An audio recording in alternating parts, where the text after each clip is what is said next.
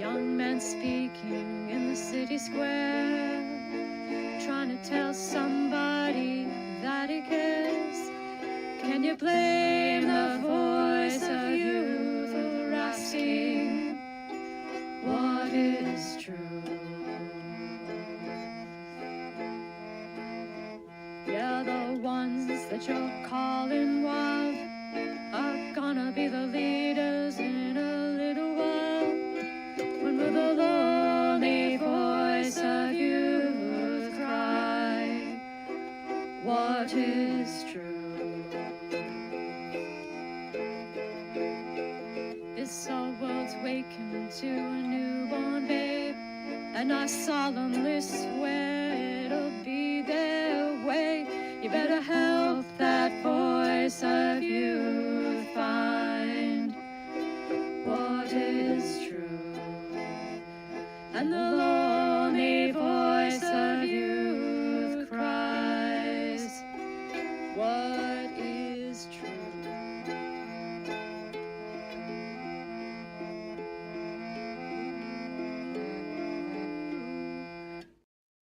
All right. We are back. And I was traveling most of the week. So we're just going to do Muppet Madness Chaos live stream because, yeah, it's appropriate anyway. Because I don't think any topic I could have picked would have covered this freaking week. It just gets wackier by the day. We've got our Sam Powell, of course, because you have to have Sam Powell. We've got our Muppet Cup. Have you considered? You should consider. You really should. And I was busy trying to pull off a last-minute project, which of course didn't work. So I didn't even have time to get tea, but I got myself some ginger ale. It's really good ginger ale, by the way. It's good stuff. It's all natural ginger ale. And I've got some dark chocolate from Little. This is good stuff. Yes, Argomades indeed, Ixnon, indeed. All right, we've got Beta Procrustes, Nassim Taleb. Let's see what wisdom Nassim has for us today. Some pursuits are much duller from the inside. Even piracy, they say. Totally random, guys. I don't know. Piracy is apparently duller from the inside. Can confirm. So there you go. That's the Beta Procrustes. Had no idea that there was I probably read the whole thing years ago, but it's been a year. This was the first edition. I mean, I bought most of his stuff when it came out, so I think he's up to the 4th edition or something of Beta Procrustes. So yeah, I mean, that's where we're at. So I've just been making a lot of observations lately, and I think some of them will be helpful. So I've noticed a lot of people will get on sort of the lower tier streams in particular with nothing to say. But they get on every stream they can because they can. And even when they have something to contribute, I wouldn't call it high quality. They just seem to be want to be in on it, right? And I think what they are is attention parasites. I think that's the term I want to use for this phenomena. These little attention parasites want their YouTube attention. They want to have eyes on them for whatever reason, even though they have literally nothing to contribute or their contributions are in fact bad. Some people start whole streams this way, right? And they love attention, and that's all they're interested in is attention and validation that they exist, right? It's the sign of a weak self-identification. It's the sign of domicide, like you don't know where you are in the world, so you want to have a lot of eyes on you, so at least you know you're somewhere, right? And I think that's more or less what's going on there. I mean, maybe it's not the only thing that's going on there, but I think it's a big deal. I think attention parasites are a real thing, and with the ubiquitousness of online video, it's kind of everywhere now. And Yeah, I don't think it's good for people. I really don't. Um, the clip that I was working on is a Blake 7 clip. I actually found it. I just didn't have time to. There's a lot of processing once you find a clip, right? And I was literally doing it with 20 minutes. And I was like, probably not going to be able to do this, but maybe I can find it. So I find it and I clipped it. I got to do the rest of the work to do something with it. But the quote sort of sums up my day. Uh, I can talk or I can work, but I can't do both. And today I couldn't work. A lot of talking, not a lot of working. It's not a bunch of live streams. Jacob was doing live streams pretty much all day. It was a strange day, and I was basically waiting for AI to fail me miserably. So it wasn't a big deal to be in on live chats and keep my project going. But I didn't get to do my clip, which I had forgotten about. Uh, and I did eventually get outside and undo the damage from the beaver, who have managed to build up 8 inches of mud and sticks on the outflow to my dam. So I'm hoping tomorrow to go out and fix the actual part of the normal outflow pipe, uh, which just I have to get out there in the kayak. But it was too high anyway. I wouldn't be able to reach it. I mean, eight more inches on top of the overflows. Pond's getting pretty deep.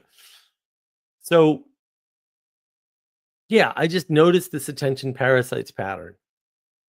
And then I've had some interesting discussions recently, and clueless people tend to go back to the same argument after it's been dismissed. And I think that's part of the problem when you hit somebody with an argument they don't expect that they can't dismantle logically, they revert to their previous argument. Like, but what about the children? It's like, yeah, we already talked about the children. There's a better way to handle that, right? But what about the yeah, but we already talked about that. There's a better way to handle that, right? Like, and then they just get stuck, right? They get stuck on the one thing because your attention is limited. You will go back over and over again to the same thing when you're trapped in a logical contradiction or when your original argument has been dismantled and you only had one, right? You'll go back because you're emotionally attached to your rationalization. So the fact that your rationalization no longer works or doesn't exist or has been dismantled doesn't really affect you, right? And like, I mean, that works for everybody. I've seen Eric Weinstein do it. Like, it's not an IQ thing; it's a human thing. I get very wrapped up on IQ, and oh, if we just logically talk our way through this, I'm like, I don't know what magic you think logic is, but it doesn't do that reliably. So, another good one is an inability to answer questions, especially simple questions. Like I get these things I call easy questions, right? Easy question. What's your definition of blah world? Word rather. And it's like they can't answer it. And I'm like, okay, but you're using a word and you don't have a definition. So what's up? Right. Or you say, hey, don't you think it's reasonable that since this group of people always has to talk to their boss and say what they've did in front of a group every day, because that's what a sprint is, daily stand-ups. That's the entire software industry, roughly speaking, or damn near the entire software industry. Don't you think that they might feel that it's a little unfair for people to get upset to have to email their boss once a week with what they did? And they can't answer the question. Like, that's an easy question. I mean, you can answer in the negative and be a jerk about it, like whatever. But to not answer the question just shows you're faced with some realization that you can't deal with. You're not able to process. And that's the problem. You're not able to process. So you can see when people are overwhelmed. You can see when their cognitive abilities are kind of done, like when they hit the wall. You can see it. It's real easy to see that, like super easy. It's not a problem at all. So that's something to watch out for. It's a tell for an overloaded person, somebody who's really kind of overwhelmed by something. And a lot of people get overwhelmed by a lot of different things. And their IQ doesn't matter. It doesn't affect any of what I'm talking about. IQ really doesn't measure much. It measures something, and Nassim Taleb talks about this. You might want to look at his work on IQ. It's quite good, right? But it doesn't prevent you from being an attention parasite. It doesn't prevent you from going back to the same argument over and over again when your argument has been dismantled. It doesn't prevent that. You can have a 200 IQ and still do that. It doesn't prevent you from being unable to answer questions, easy questions that you should know the answers to. Your IQ is not going to fix that problem. Another thing I've sort of noticed is a lot of people posit the flat world, this equality, some equality, whatever doctrine, right? And then they just run into a wall, right? Where they get into this loop where, black is white and white is really black. And it's like, well, you're nonsense speaking, but whatever. And then they go, yeah, we're trapped in this binary. And I'm like, yeah, maybe don't cast the world in a binary and you won't end up in this situation. I don't, whatever. And then what do? They pull out the magic word meta every time. Right, and that's sort of their word for level up. We gotta level this up. We gotta go meta. We gotta level this up. Yeah, I listen for that use of the word meta. They use it quite a bit, right? And they're all midwits and below. Like if you use the word meta like that, you're just not a very bright person. I'm sorry. You've already made so many mistakes that you're not going to see them. And so you're going to pull out a dumb word like meta, which you're misusing because you don't know what the hell you're talking about. And it's going to mean, and it doesn't mean this in all cases, but it's going to mean something like a reaffirmation of the hierarchy without submitting to it, right? Like, oh, we have to go meta. Okay, you don't have to go meta. You have to submit to the hierarchy. Like, that's what you have to do. You have to admit that when you trap yourself into a situation where you have to use the word meta, you're an idiot and you already made enough mistakes that you should just shut up. Like, you should just stop. Just stop talking. You're dumb. It's okay to be dumb. Everyone's dumb about many things. It'll be fine. Also, shut up. Meta. Like, give me a rest. Like, please. And that's the thing. They use these things because they don't have definitions for their terms. And so they just cast everything in these oppositions and then they get trapped. Oh no, if it's an opposition, matter and antimatter collide and destroy each other because everything's already equal. That's why it's in opposition. Right? Things are in opposition because there's an equality doctrine going on. Because the real world doesn't have opposition. It has conflict, but it does not have opposition. That's not true. To oppose is to set against. You do that as the author of the situation, of the frame. You did that. That's not equality in the world. That's something you did. And then you get trapped. And that's usually because you didn't have good definitions. You use the word power. What the hell is your definition of the word power, man? Because you're using it in an awful lot of ways. Like, how do you determine where power is without a definition? What do you mean power? It's just like the Karl Marx trick. Like, come on, bro. Like, really?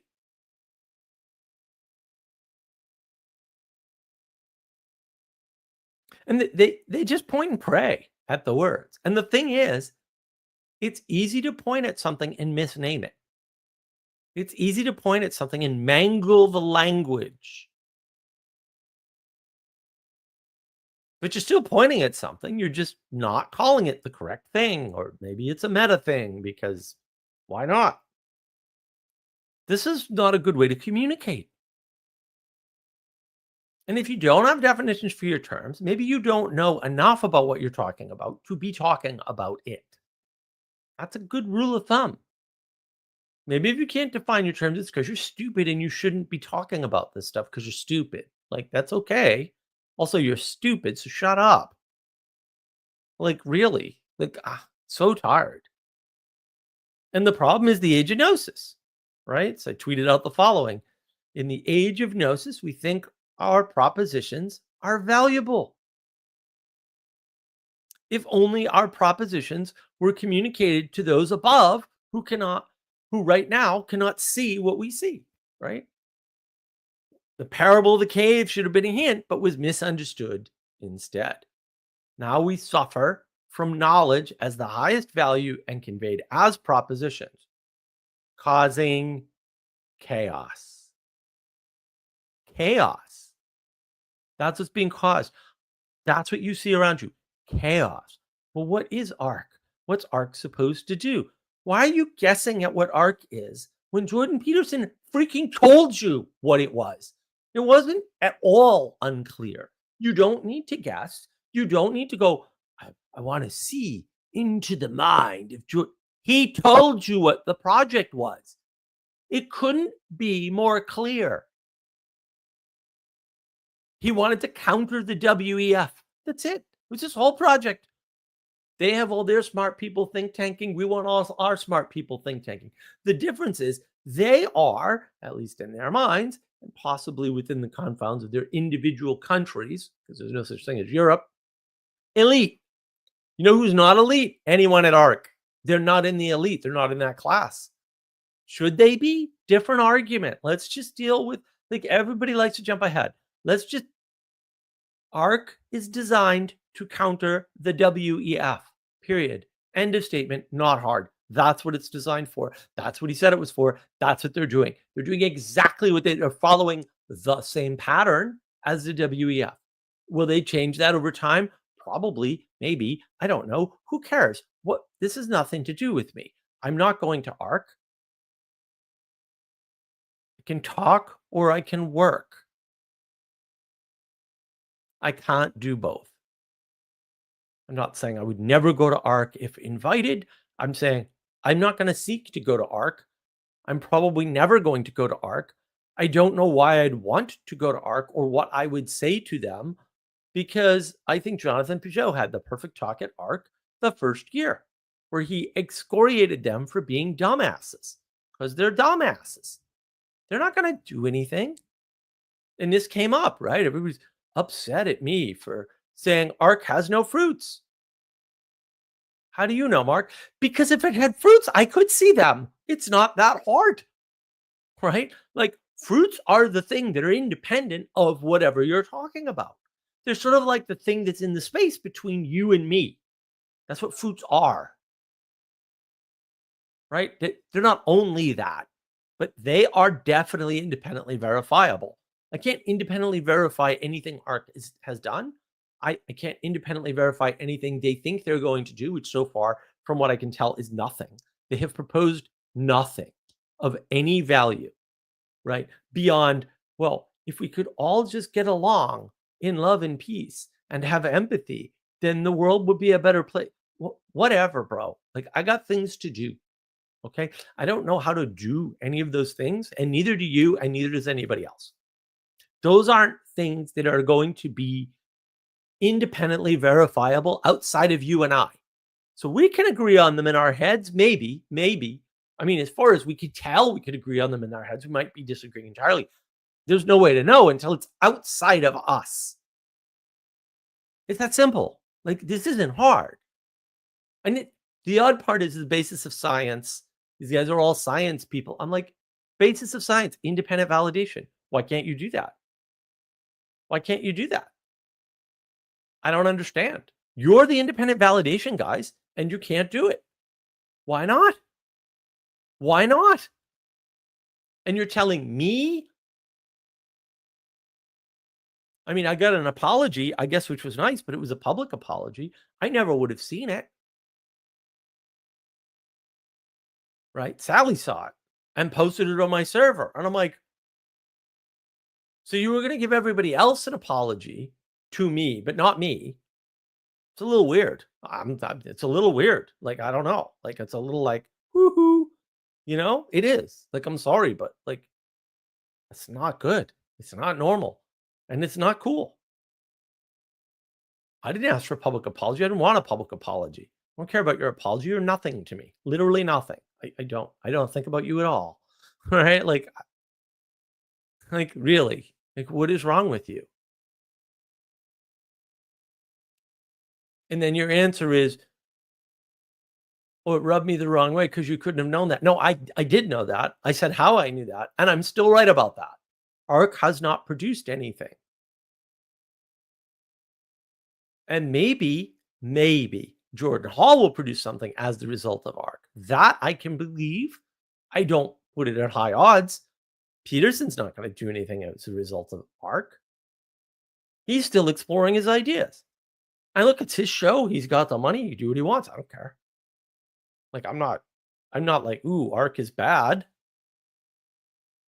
I don't think Peterson Academy and ARC are going to do what he thinks they're going to do. But like, whatever, man, it's your money. Do what you want. Like, I don't have a dog in that fight. If you invite me and fly me out, hey, free trip to ARC, sure. You want me to give a talk? Yeah, whatever. I mean, I don't think that's going to happen, but like, I'm not opposed, like, because I'm not oppositional. I'm cooperative. I'm just not going to cooperate with things because you want me to. I'm going to cooperate with things because I think there's value there. Right. And I'm often wrong about that. I've tried to cooperate with a bunch of people and they just don't want to cooperate with anybody ever, which is fine. Right. Some want to cooperate, but only with the people they want to cooperate with. And so far, they've produced nothing, which isn't a surprise to me. I could have told them that, but hey, you do you, man. I'm not bothered by it. Right. But I have a long history, right, of doing things. And so I'm very used to identifying who's doing things and who's not, and who can and who can't. Right. And look, I don't get it right as often as I'd like, obviously, but I'm really good at weeding out the people who are never going to do anything. So it works good enough. And I think what we're seeing, why we see chaos, is we see lots of very long running experiments, right? Failing, failing over time. Right. And so there's the experiment of being able to declare a country by drawing lines on a map and giving them a few documents and a governmental structure. And we just see that doesn't work. It doesn't work reliably. It's just not something that functions in the world for a very long time. And people can, LARP it for a while, I guess. Like, sure, you can try and follow in that pattern for 3, 4 generations, maybe. And then it just falls apart. That's not true of the US because that's not what happened with the US. But it does seem to be true of a bunch of countries in the Middle East, a ton of countries in Africa, on the continent of Africa. Like, wow, right? And it does seem to be true of a bunch of European countries. I remember in the 80s, and maps used to change all the time. I had National Geographic, I'd get a new map, there'd be a bunch of changes. I'm like, why are there so many changes on a map? I don't understand. Because I was young and I didn't understand. And now I'm like, oh, that's why. Because this experiment of how you're defining a country is failing over and over and over. And you keep trying again and again and again. And so a lot of the chaos we're seeing are experiments that were started from our understanding after, as the result of the myth of the Great War, right? With World War II being the second act, roughly, of the Great War. Now, I would say it goes back to Napoleon, right? And some of the patterns go back to the French Revolution, and some of the patterns go all the way back to the beheading of the English king. I have videos with Adam on all of that. Check those out on Navigating Patterns. Those are lovely videos. They explain this history in a very important and I think unique way. I don't think anybody's talking about history that way. I mean, we're not necessarily saying anything that other people aren't saying, right? But I'm trying to show you the pattern in a certain way. Unfortunately, Adam just happens to have more goods on that stuff than I do. So watch all my videos with Adam. By the way, a new one's coming out. The Russian Revolution is recorded. It's in the editing bin. My editor is working on it, right? So also check out Intent, Will, and Agency because apparently it's the best edited video we have. Um, so it's a wonderful video. And I think that one in particular, that and the previous one about, you know, more knowledge or more information won't help. Those videos I think are super useful. A lot of the myth of the Great War is wrapped up in the work of Bismarck, Otto von Bismarck. He really wrecked the world, right? And of course Nietzsche, because Nietzsche is just terrible. Like I don't understand the fascination. He was just wrong about a bunch of stuff. Yeah, he was a prophet. He predicted the Great War for sure, but I don't know, man. Everything else he said was wrong, so might be a hint. Um, what do I know? Simple observation. And if you got enchanted, whatever you get enchanted, that's fine. The war really screwed us up as a peoples, right? Because it represented a bunch of confirmations, right, to the people that were there that these certain new things can work, which were wrong, by the way. None of that was true. 0%, right? And it also represented an opportunity to do things differently. And this is why I get very upset, actually. People that say the American empire. I'm like, what definition of empire are you using? Like, I just gotta know. Like, I'm just freaking curious at this point at how crazy you are. Like, seriously. Like, I just want to know what is the depth of the psychotic break you have to call America an empire? Like, what is your standard of like, where is the conquest? Just let me know. I'm right here, bro. Like, you do realize we physically occupied all of Europe. Like, we had troops everywhere in Europe, right? Except the very eastern end, right? Like that Russia had. But like we were there if we wanted an empire and Japan, right? Like I don't get it. Like we didn't do that. Like I don't. Yeah, we have some territories. Okay. Like who didn't? How is this like I don't get it. So usually they're talking about the influence of America because it exemplified a way of living that people looked at and tried to copy. Okay, but that's not we didn't do that. Like that's not an active thing that we forced on the world. Like being good and doing things is not you forcing people. Like that didn't happen. Right? Like that's other people actively looking at you and going, "Ah, I want to do that." Okay, but that's not my fault if somebody copies me and I don't know about it. Or even if I do know about it, what do I do? Stop them? That would be tyrannical. Like, I don't like, you can't win in these scenarios. But usually it's just these people. And here's the problem. In individualism, you are always at or near the top. So let's suppose let's say you're halfway between the bottom and a midwit. And then you go ahead and you look down. And what you see is a curve. And in the middle of that curve, you assume, and maybe maybe you're a third of the way down that curve, right? But there's a bulge, there's a curve. And you go, those are the midwits. But you're not even a midwit. We see a lot of that. We see a very lot of that. There's a lot of people in those little cults in particular, but all over the internet. I mean, midwit would be an upgrade for these people, and they speak disparagingly of midwits. And I'm like, bro, you get no idea how dumb you are. Like none. If you looked up, you'd get a nosebleed and you'd die of hemorrhaging for sure. Long way up, kid. And you ain't gonna make it. So you need a new plan. And that's the problem. That is the problem.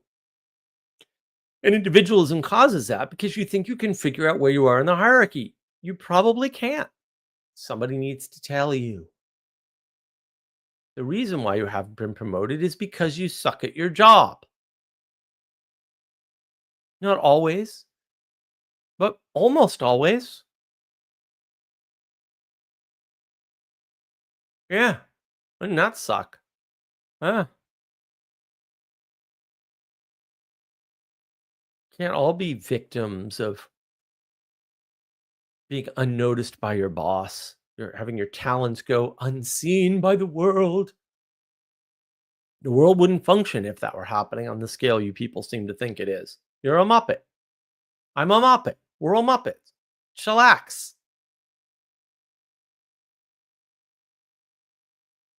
And that's the problem. People really think they're much higher up the ladder than they are, and they think they can determine that. You cannot determine that. You don't know how dumb you are compared to Jordan Peterson. And there was all this talk too about like, well, ARC, how do we participate in ARC? You don't participate in ARC. It's not for you. You're a retard. Relax. You can't have discussions on those levels. You're stupid. Like, sorry. And you don't need to. You need to talk to the people you can reach. That's kind of the whole point.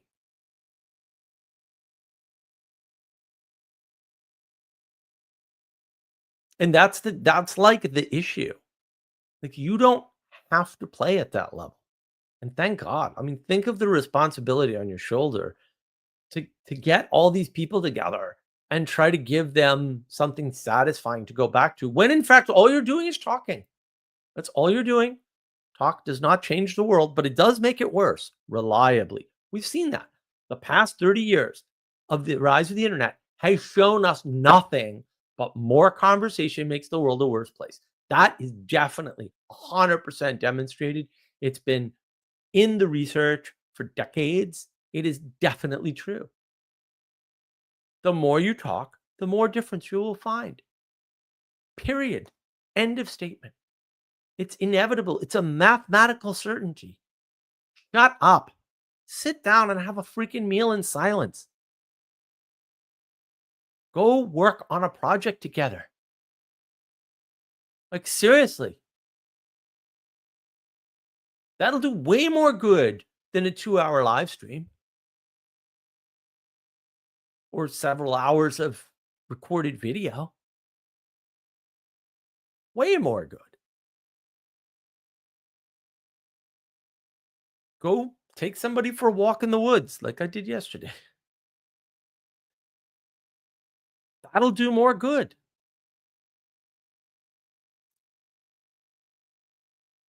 And that's the issue. Like, nobody wants to do good in their neighborhood for the family and their friends because either they think they already are or already doing enough, or it just doesn't give them satisfaction because they want to be seen and heard and validated by Jordan Peterson or something. It's like, go away. Just do the good that you can do as close to you as you can because you can do way more good there because you have more control there. You have more influence there. Focus on that. Stop focusing on freaking Ukraine and Israel and the Middle East and Syria and Germany and the fact that the UK doesn't have free speech and yet their elites are retarded and seem to think that it does. The most surprising thing I heard today was an elitist Brit saying, "Of course we have free speech. We don't have a free speech problem in England." I'm like, "Do you have a newspaper?" Because I've seen the British newspaper. They seem to be arresting people for speaking. Like, what are you doing? What are you talking about, bro? And he lives there. It's like you are so unplugged that people outside of your country know more about what's happening in your country than you do. That shouldn't ever happen. And that's part of the problem. You can distract yourself with Ukraine forever. And you take all that time away from helping your family helping the homeless people in your neighborhood, helping people around you, right? Why? What are you doing? Why do you want to go to ARC, bro? I don't want to go to ARC. I don't want to meet any of those people. I don't even like any of those people except Peugeot. Peugeot and I can hang out. That would have been great. I'd probably have fun with Mary Harrington. She seems like a pretty interesting character. But like the rest of them, I don't know. I don't think Peterson's aware enough to have a deep sort of conversation even where, you could get through to him with anything. Because he's way too exploratory. Way too exploratory. Peugeot actually did a talk. I can't remember where. It's been a while since I saw it.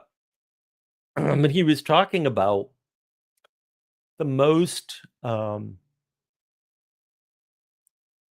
sort of interesting moment with Jordan Peterson. And basically, he had convinced Peterson to go to the Orthodox Church with him. And he noticed Peterson's writing away on his phone for one of his books. Obviously it disturbed him. Like, we're at church. Like, you don't like pay attention. Like, you're here to participate. He was writing a chapter on participation, and he interrupted Jonathan's involvement to show him that. And he was just like, it's the most Jordan Peterson thing ever. Yeah, he's kind of caught in the clouds. It's kind of stuck in his head. If you could talk to him, do you think he'd register your words the way you think you spoke them? The way you wanted him to? Because I don't think he would. I mean, I hope I'm wrong, but it doesn't look that way to me.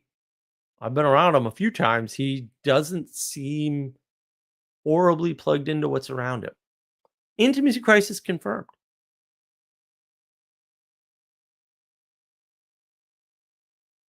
And that's the problem, is that we're so busy looking at, I want to call them weird, ephemeral, unimportant patterns. Like the meaning crisis. And I'm like, it's not wrong, but it's not helpful. Because the meaning crisis has a cause. And that cause is the intimacy crisis. Now that's helpful because meaning is closer to the material realm, and intimacy is way closer to the ethereal realm, the spiritual realm, the realm of quality. We don't have the quality connections we require to manifest and participate in meaning that is available as the result of having been born into a pre-existing creation. It's that simple.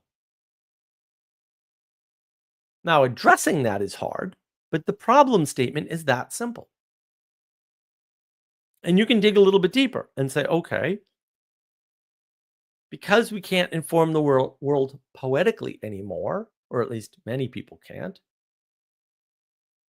they see linear and discrete patterns. They say things like, well, the education system, or we're already screwed up. Right? The word education is very hard to pin down, unless you're me, then it's easy. The education system has failed our children, and now the generations have grown up, right? And then it's like, well, yeah, but the parents played a role, right? And then part of the pushback for homeschooling is that if the education system's the problem and you have homeschoolers, you get a fundamental contradiction in your flat world. Like, either you have to admit that everybody that was homeschooled is fine and doesn't suffer from the problem, which actually I think is almost certainly true, by the way. Different discussion. Or what you've said is wrong in a different way.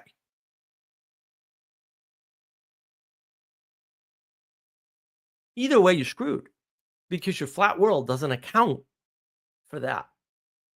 It can't. I was like, wait a minute.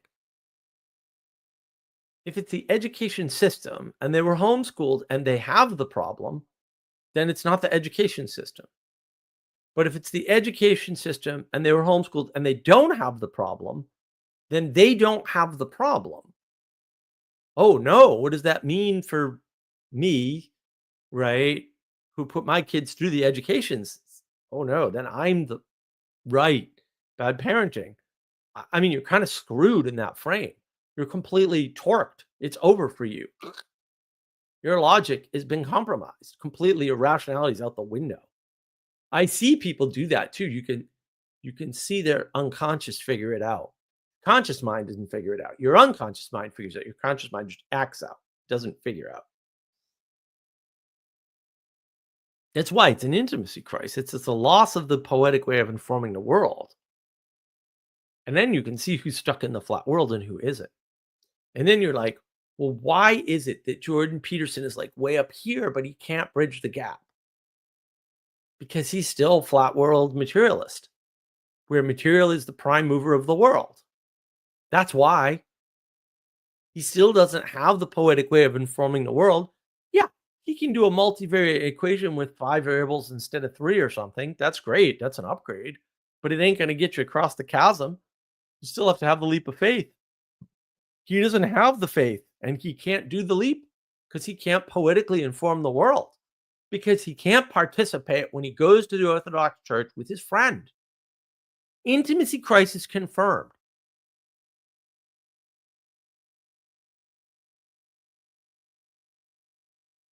It's that simple in some sense. These are not easy problems to address, but they're easy problems to identify. How far back does that go? Well, again, we behead the English king. I mean, we can go back to Henry VIII and destruction of the monasteries, right? Because that sets off a different problem, which is somebody has to take over the job the monasteries were doing.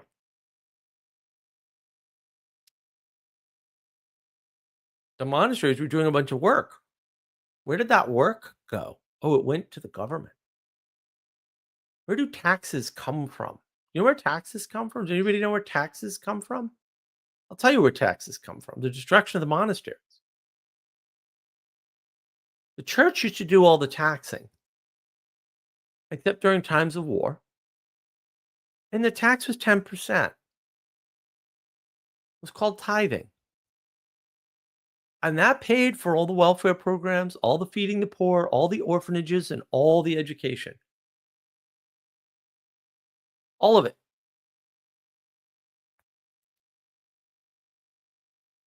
And the government's taken all that over. And they're bad at all of it. No surprise. Governments don't care. You can't pay people to care, but you can pay caring people. Well, the church had a better system. It wasn't perfect, because nothing's perfect, but like this, the sun rises in the east. Like, I don't gravity. Like, what are we saying? We can look at what's better. That requires judgment. You're not supposed to judge. Oh no, you have to judge to act. You've been judging every action you've ever taken in your life. Not supposed to judge. What a ridiculous thing to say. If somebody says that to you, you should probably hit them. Like, what is wrong with people? Why would you talk like that? Don't talk like that. What's wrong with you? People say that to me. I just look at them like, are you freaking okay? Like, do you need help? Like, can I get you some medicine, or what's wrong with you? Tell me not to judge. I have to judge. That's stupid. Want to be stupid? Do it over there. I got things to do. What we're seeing is this breakdown of these big experiments. It didn't work out. Maybe they took 2, 3, 4, 5 generations. It didn't work out, man. We tried, we failed. The European Union, dumb experiment, going to fail. What is the European? It's another one. What is the European Union? They told you what it was. This isn't, you don't have to reinvent the wheel. Like, everybody knew what it was. They wanted to compete with the US. In a materialist world, the way you compete with the US is you have an economy roughly the same size, and our population roughly the same size. Now, even in a materialist frame, that's so wrong, it's laughable, but we'll just set that aside. That's what they said at the time. You can read the documents and the articles from back then. Like it's not that hard to figure this stuff out. You could go look instead of trying to derive it from first principles in your head, which you don't have and you can't do because you're dumb. You can just read what these people were thinking. You can go read Bismarck's papers and say, "Oh, look at all this stuff. This is what he proposed. This is what we're doing. How interesting. Maybe we shouldn't do that. Maybe Bismarck was retarded. Maybe. Maybe he was right here and wrong there. Probably." And we haven't done that. We haven't used our discernment, probably because we've destroyed our judgment.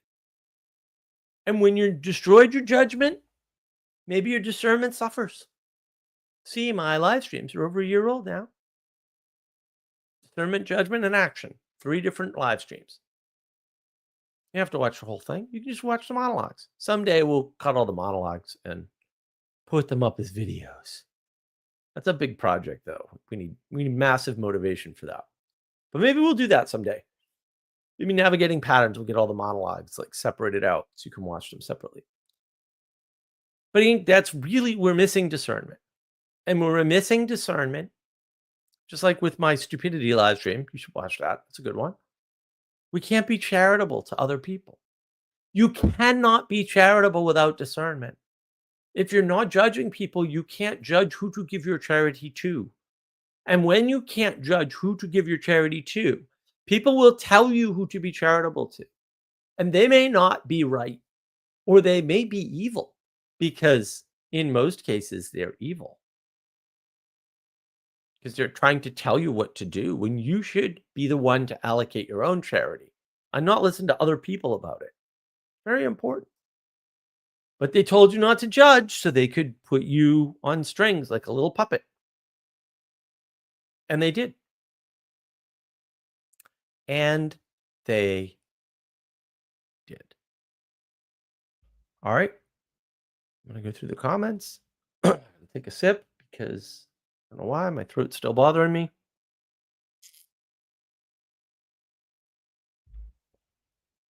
What do we got? Ixton. Feelings don't care about facts. Yeah, I think Ben Shapiro had it backwards. Yeah, I mean, your feelings overwhelm you and you ignore facts. That's why when people are like, "Oh, we just need rationality," I'm like, your rationality is the most easily overwhelmed thing that you have, like by far. I, I don't like. I really don't understand. Like, somebody asked me the following question actually recently, right? They're like, "How many papers in academic journals have you read?" Well, I don't know. Probably not 50, but close. Silence, right? Because everybody assumes I speak out of ignorance. I'm like, bro, I am the least speak out of ignorance person you're ever going to meet in your life for real. I mean, if that's your assumption, you can do that, but like, I'm going to be right and you're going to be wrong every time you make that mistake. And you will make that mistake every time for sure. I will tell you when I'm uncertain. I will let you know. And I may miss once or twice, but you won't be smart enough to catch it anyway. So I ain't worried about it. How's that? Is that clear? Young God says it is meta to say meta. So meta. That's the problem with the word. Ixnon. Oh, Lynn, rather. Lynn, yeah, it's all BS. Well, that's true. What else we got? Why can't I read today? Oh, I know what it is. I got to readjust my eye. There we go. Okay. I keep forgetting this is blue, and that really like throws me off sometimes when I. So one of the many disadvantages to being me is that I can split my vision, and if it does that and I don't notice, I won't, because I can read one thing with one eye and something else with the other eye, and I actually don't do that on purpose, so it's not good. The young God, after you read my meta comment, Mark, I understand that you said it first. I was watching, dude. I understand that. Ixnon, there's Ixnon. Usually meta is just a mystery box. Yeah, I mean, the problem is they're usually pointing to something and something real. It's just that they're not using a proper name. They're saying meta, which means outside. Okay. Great. It's outside of what we're talking about. Lovely. Thanks. That's really helpful. It's all the things that aren't this thing that we've identified. It's an identification against in almost all cases. Not all, but like almost all. Ixnon. I'm so meta, even this acronym. I love it. That is true. Young God, arcs are globalists confirmed. They said they were. You don't understand. Why is this a surprise? They said they were. They think they're not globalists because they're countering the globalist agenda. And it's like, well, you're countering the globalist agenda, but you're from around the globe and you're proposing a globalist solution. The only thing you're objecting to is the agenda of the other people doing the same thing. It's fundamentally an identification against. And if my good friend Manuel Post were here, he could regale you with why identification against is bad, because he's kind of the expert on that for sure. Yeah, if you're not identifying for something, then you're possessed. That's what you are. You're either possessed or you're about to be, for certain. Ixnot, countering the WEF makes Arc the second player on the chessboard. Yeah, and it's also, again, I mean, they're not recognizing hierarchy. You're not the global elite. Maybe the WEF is not either, but they're closer than you are. Maybe just shut up. Like,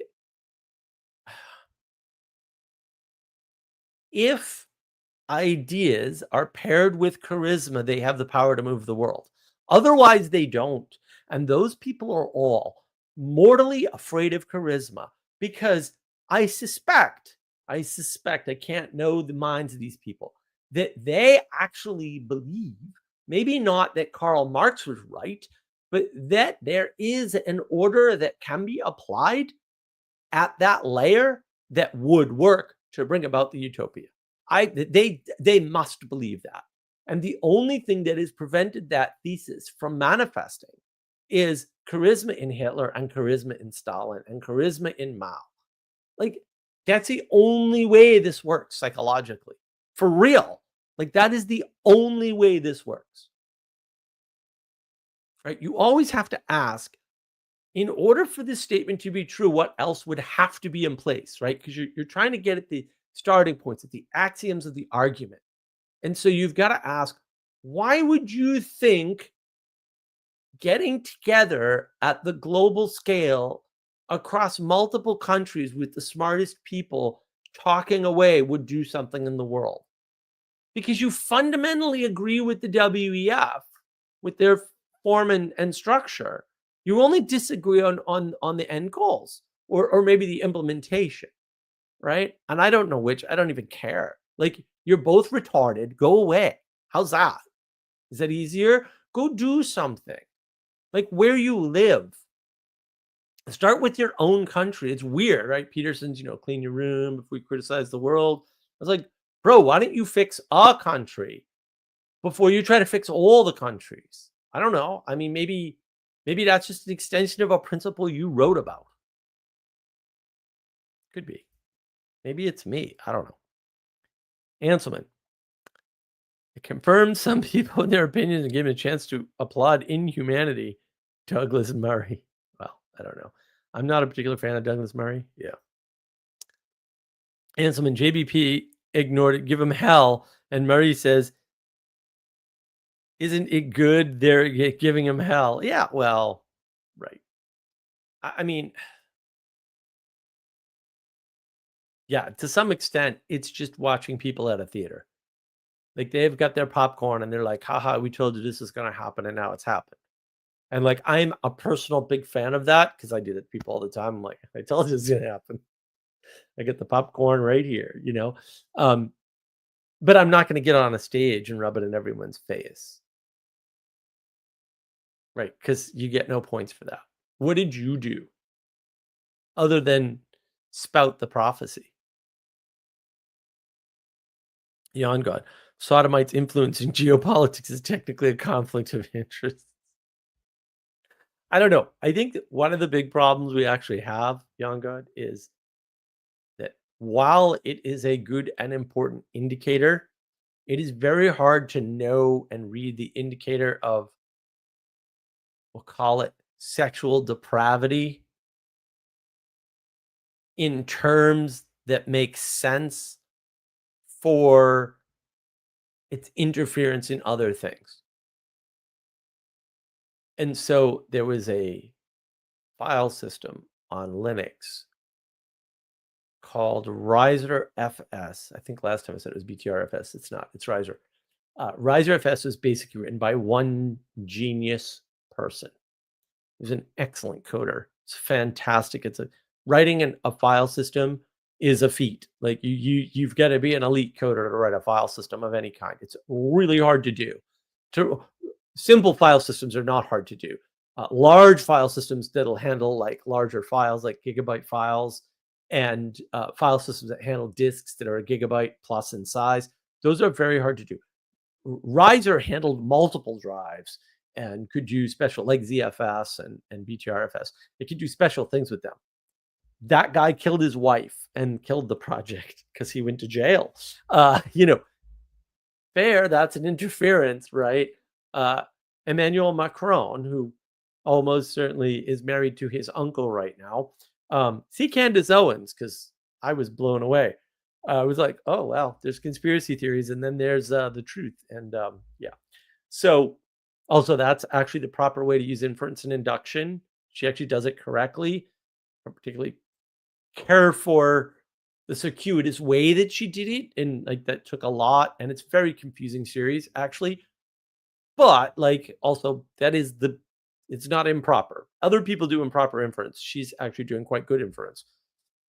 Right? Like if this were the case, you would just do X. That is a very good way to figure out when people are up to something. As it turns out, if you go through extra effort, chances are you're hiding something. So those things are indications of a problem. But I'm not sure cheating on your wife means you'd make a bad leader of a country.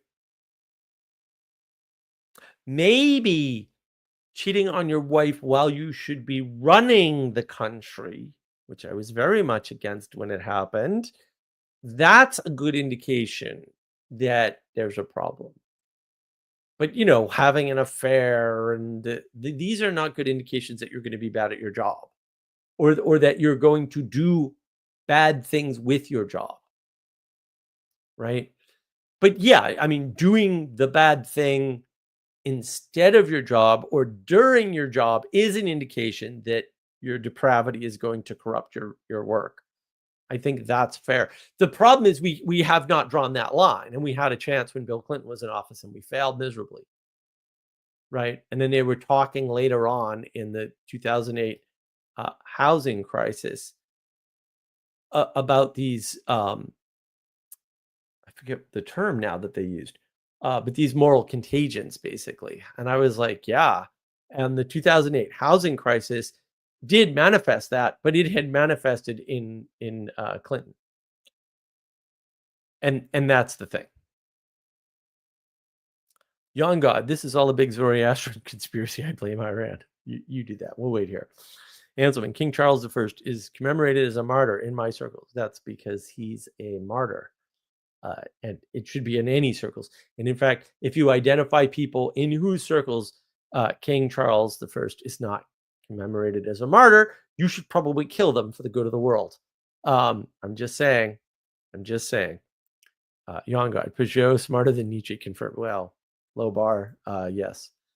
Look, Peugeot, JP Marceau, and myself, and Mature, of course, proof that the French Canadians are God's chosen people. I'm just saying. Anselman, it has been actively promoting things that are not good. Okay. No, the American, quote, empire does not promote things. People see what we do and they follow them. And that was my point, is that there is no promotion involved. And when we get involved, That is typically because someone needs to do something. And because Europe has never recovered from the Great War and probably never will, that left us and Russia. Now, for a very long time, Russia was the bad actor because the difference between Hitler and Stalin is how far left you are. That's it. Hitler was a fascist. That's a leftist ideology that, I think Carl Benjamin was right. Fascism is honest socialism, right? And so when you're fighting evil ideologies that are morally bankrupt and destroy religion deliberately because they have to, because otherwise they can't function, you should fight that around the world using whatever means necessary. And it's too bad we pulled out after we won the Tet offensive, but also stupid things happen. So that's all I have to say about that. The Zealot's Den, David, good to see you, sir. R, mateys. R indeed. RJ is a midwit and he's proud. Okay. I wouldn't necessarily put you at midwit, RJ, but you can be that way. I would suggest that you do more. We could always use your help. Young God is a figment of Mark's imagination. Confirm that. Yes, I am. RJ, WEUP is a horribly uncatchy acronym. Mark, someone should participate on that. I agree. How about WECUP? Okay, whatever. I guess we can do that. Young God, we is the original psychological operation, guys. Let's not forget. Well, we is a cleverly manipulative term in many cases. Try grammar. Yeah. Anselman. Anglicans did eventually put right some of the bad things done in the name of Reformation. Probably they're all heretics. Burn them all, I say. I'm still going to go with that. Anselman, we did bring the monasteries back, albeit on a smaller scale. That's fair. Yeah, I think again the problem is it is impossible for some reason to just explain to people, look, I understand your fears about corporations taking over governments. That horse left the barn a long ass time ago. That's the beheading of the English king and the largest corporation the world has ever seen. And no 5 corporations today are as large. The East India Company was a ginormical corporation. And that is how Parliament came to be. Period. End of statement. Corporations already took over a government. The most important government in history, by the way, which is not the United States government, oddly. And that's weird for me to say, but also completely true. Right? So, horse, barn, gone. You guys are all complaining about something that already happened. We already know what happens when corporations take over governments. It's called the fall of England. Also, the rise of England to some extent, although a lot of that was momentum. England already had an empire that was growing, right? And the East India Company comes up in the middle of that expansion. So the way to look at it is to say the world's expanding. Into that expansion, things grow, right? Power vacuums are real. Power vacuums happen when you expand your influence, not just when something goes away. Oh, right. Add a little dimensionality to these things, the world makes a lot more sense. Of course, then you get overwhelmed because you're a Muppet, but I don't get overwhelmed, so that's your problem. Ixnon also see the monologues on success, failure, and mediocrity. Oh, that's a good tip. I do have to compile all those. I need to get, there's a tool on petersonsphere.com and that needs to get fixed. And once that tool is fixed, I can run some queries on my talks and on the live streams in particular. Anselman, gonna brew a Darjeeling tea, keep me awake for a little bit more of the stream, but can't stay Corsa. Okay, I understand. Young God, for a dyslexic, being able to read from either eye at the same time is pretty amazing. It might be causing my dyslexia, so I don't know, man. Cassandra was a reference to NSA leaks. Young God, I don't know. There were NSA leaks. I must investigate. There's always NSA leaks. Who cares? Young God, this is not legal advice, but don't kill anyone, guys. I don't know, man. I'm kind of there. I've been there for a while. Ixnod, I'd say God has blessed the French Canadians for repenting of the Parisianness. I like that. I'm going to steal that and not credit you. That's pretty good. That's pretty good. Cassandra Young God, I think was the first Slack chats that got leaked about the trans stuff. Ooh, that'll be interesting. Haven't read much. Let's see. That's pretty much all we got. All right, look. That is all I have for my Muppet Madness. I am going to invite anybody to hop in. And I'll just send out the link here while I have a drink.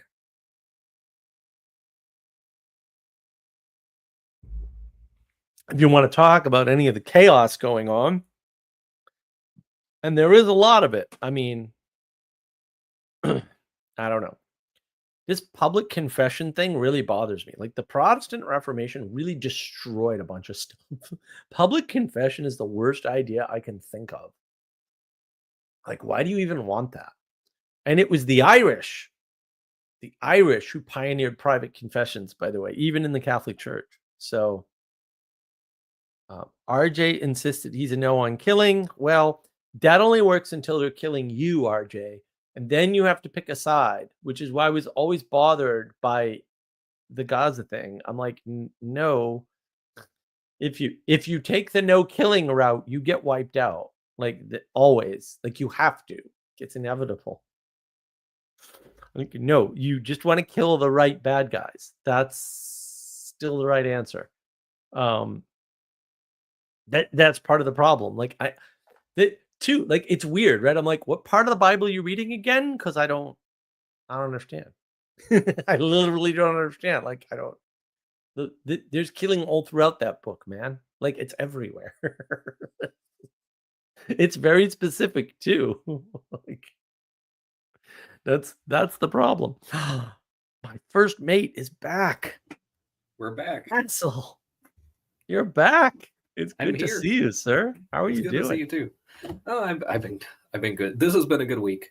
I mean, I mentioned briefly earlier, but yeah, it's been a much better week. Complete and total chaos the preceding month, but I have now sort of absorbed that chaos, and then everything around me is more or less doing fine. So it's I am the only problem remaining.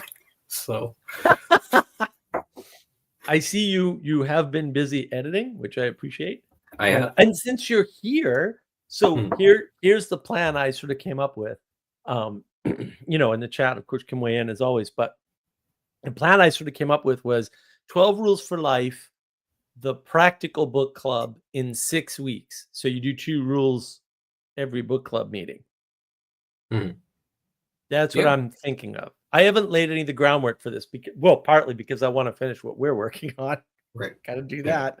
And then I got to sit down with the book and actually do some hard work. And then I have trips coming up. I'm probably going to try to travel like every month for a while.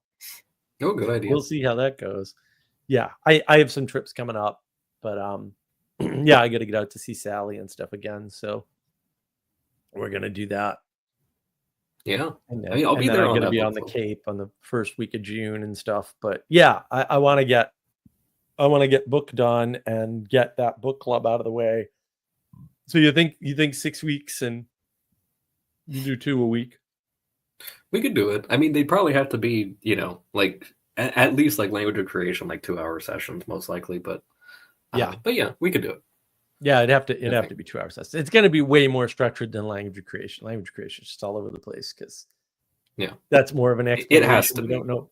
Well, we don't know where people are starting or what it is that they're not seeing, right? And and I mean that's Manuel's project, not mine. So I wouldn't have done the book club that way if I had been motivated to do that book club, which I will probably never do that book club myself. There's a reason why I let Manuel run stuff. Like, he's better at it than I am, but yeah, a different approach. Yeah. For my book club, for the 12 Rules for Life book club, though, I think that's we're probably going to do 1 hour per rule, and we're probably going to do 2 rules per week, and that way we can get through it in 6 weeks, and that it won't be at all like the Language of Creation book club. It won't be like the Plato's Republic book club that we did on the Texas Wisdom Community, right? It won't be like Moby Dick. It'll be more like Moby Dick, but I want to tie everything back to the pragmatics. And I want to take the 12 Rules for Life and talk about them in the most pragmatic way possible. And then if that goes well, I'll do Beyond Order. And what I've discovered is that the apocryphal We Who Wrestle with God text is a complete catastrophe. And I think that's going in the burn the books pile. And I think actually I might do that. Like I might set it on fire. I tried again and I'm just like, I can't deal with this perspective.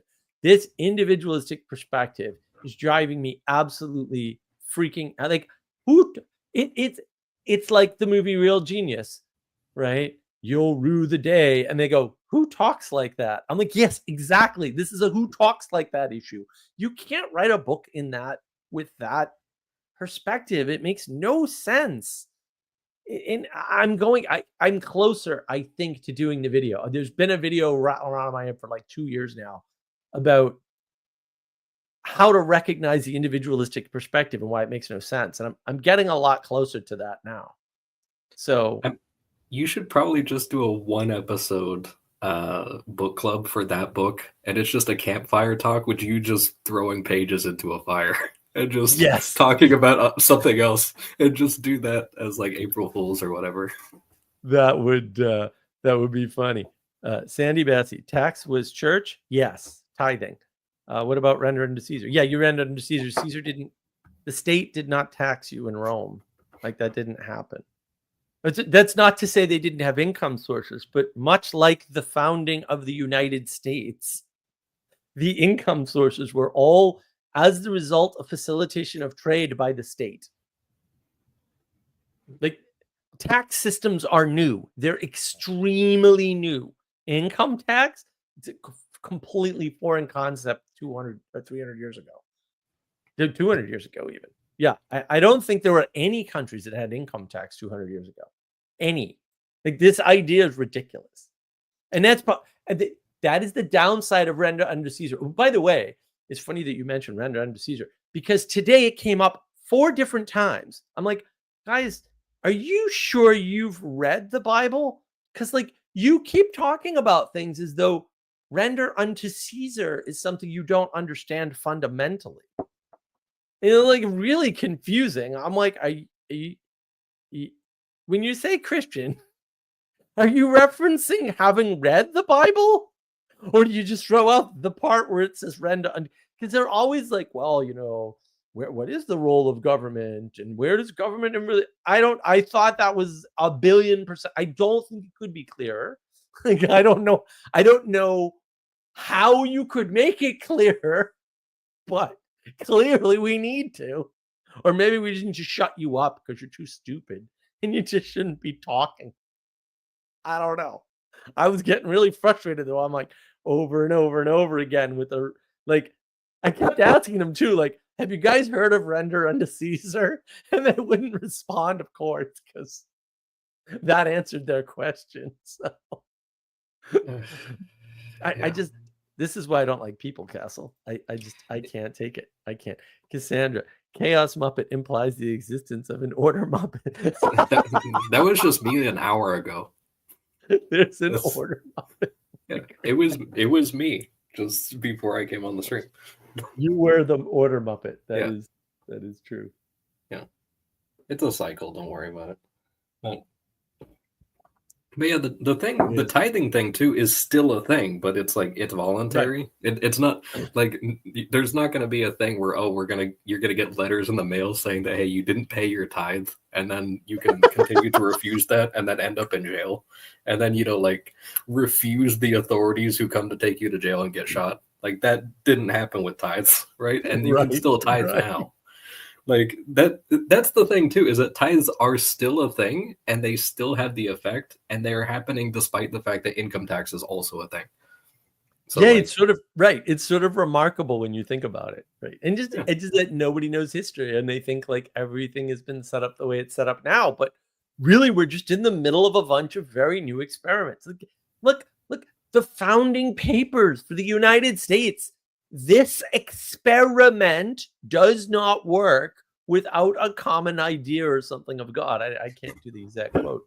Like, it's an experiment. The United States as a country, as a nation, it's actually a nation, I think, not a country, but whatever, is an experiment. We're in the middle of it to some extent. Now, I will argue, I will die on the hill, or at least fight on the hill until I die, that it was the most successful single form of government, including Rome. I might be wrong about that. It's very hard to figure out. You have to draw a bunch of lines. Like, how many times did Rome change governments, right? Because, yeah, the Roman Empire survived, but it actually went through a bunch of governmental transformations over time, right? All the way up to dictator. Like, dictator was the end, right? And then dictatorships. And I think Plato understood this, which is why he wrote about it the way he did in the Republic, although that would take more study on my part to prove. But I think the Greeks sort of understood this, that a dictatorship is not a single stable form of government, right? It's just a a cycle of submission, right? That happens at that layer of the hierarchy, right? Because Plato's Republic is really about 5 cycles of changes to hierarchy, changes to the configuration of hierarchy, right? So you've got the oligarchy and the tyranny and the democracy, and I can't remember the other one, right? But they cycle, and one goes into the other, and really the Republic is just describing that process. Book 8 in particular just describes the process of the transformation from one to the other and how they come about.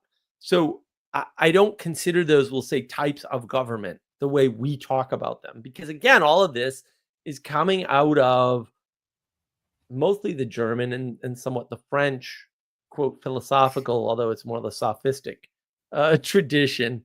And that's a real problem. By the way, Lantern Jack, see his YouTube channel, Dr. Lantern Jack, just put out a new video. It's quite good. Everybody should watch it. I've got my questions for him. One of these days I'll get on his podcast or drag him on here or something. But yeah, I think that those, if you believe that we're sort of following the blueprint set out by Nietzsche, or a combination of Nietzsche and Immanuel Kant or something, none of them had anything to offer. So no, we're not. Then I can understand why you want to play the same game and like fix it. Because that seems to be what things like ARC are trying to do at some level. We're going to fix the philosophy behind this, and that's going to fix the thing. And I'm like, like philosophies are observations of things. They're not the prime movers of things. Like, this conversation will not save the world. It won't even change the world. It's just a big fat freaking waste of time. Yeah, that was before I even knew. It was like right around the time that ARC got initially announced, or they were about to do it, or something like that. I saw it was back when I was still using Twitter on occasion, and I saw it was Matir had actually been asked, like, "Hey, what do you think of ARC? Are you going to be on that?" And he was just like, "I'm not. Don't even get that anywhere near me." And I was like, "Okay, like that's all I need to know, because if that guy Yep. is like, nope, I made the right choice living in the middle of the forest." Don't call me. It's just like, okay. He's building a yurt in the woods in Canada, the least Yeah. livable place on the planet that has Yeah. any amount of people in it. And you're like, Attending- hey, you want to come to ARC and manipulate the global order? It's like you're asking the wrong It's guy, like, buddy. yeah, even if it was an opportunity just to be warm for a few days, he still turned it down. And it's just like, yeah, that's more than enough for me to feel like sufficiently informed on it. Oh, hold on. What is all this? RJ, at least ARC mildly implies a flood of some sort. ARC is the flood. Mm. I mean, this was the complaint that was being made on the live stream earlier, CBAX's live stream. Like, how do we talk to the ARC people? It's like, all right, let me explain something to you. You're a moron. You have nothing to offer them. I'm sorry, but like, you really don't. Like, you guys are really stupid. I hate to break it to you. They wouldn't even understand the words you use. Like, they really wouldn't. Like, you just use a bunch of crappy jargon and you don't do it well. And you think you're using their terms their way and you're not.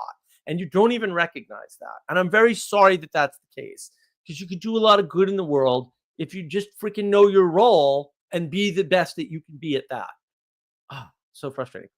Ixnon, is fixing the philosophy something like fixing the emanation? It's a good observation. Also, I think you set me up, but yes, which I do appreciate at some level.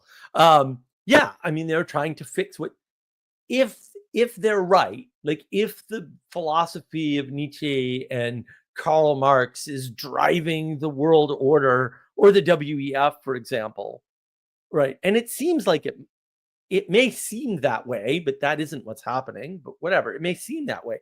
Then yes, having a better philosophy works in the free market of ideas, right? Unfortunately, there's no free market of ideas. That's a dumb concept.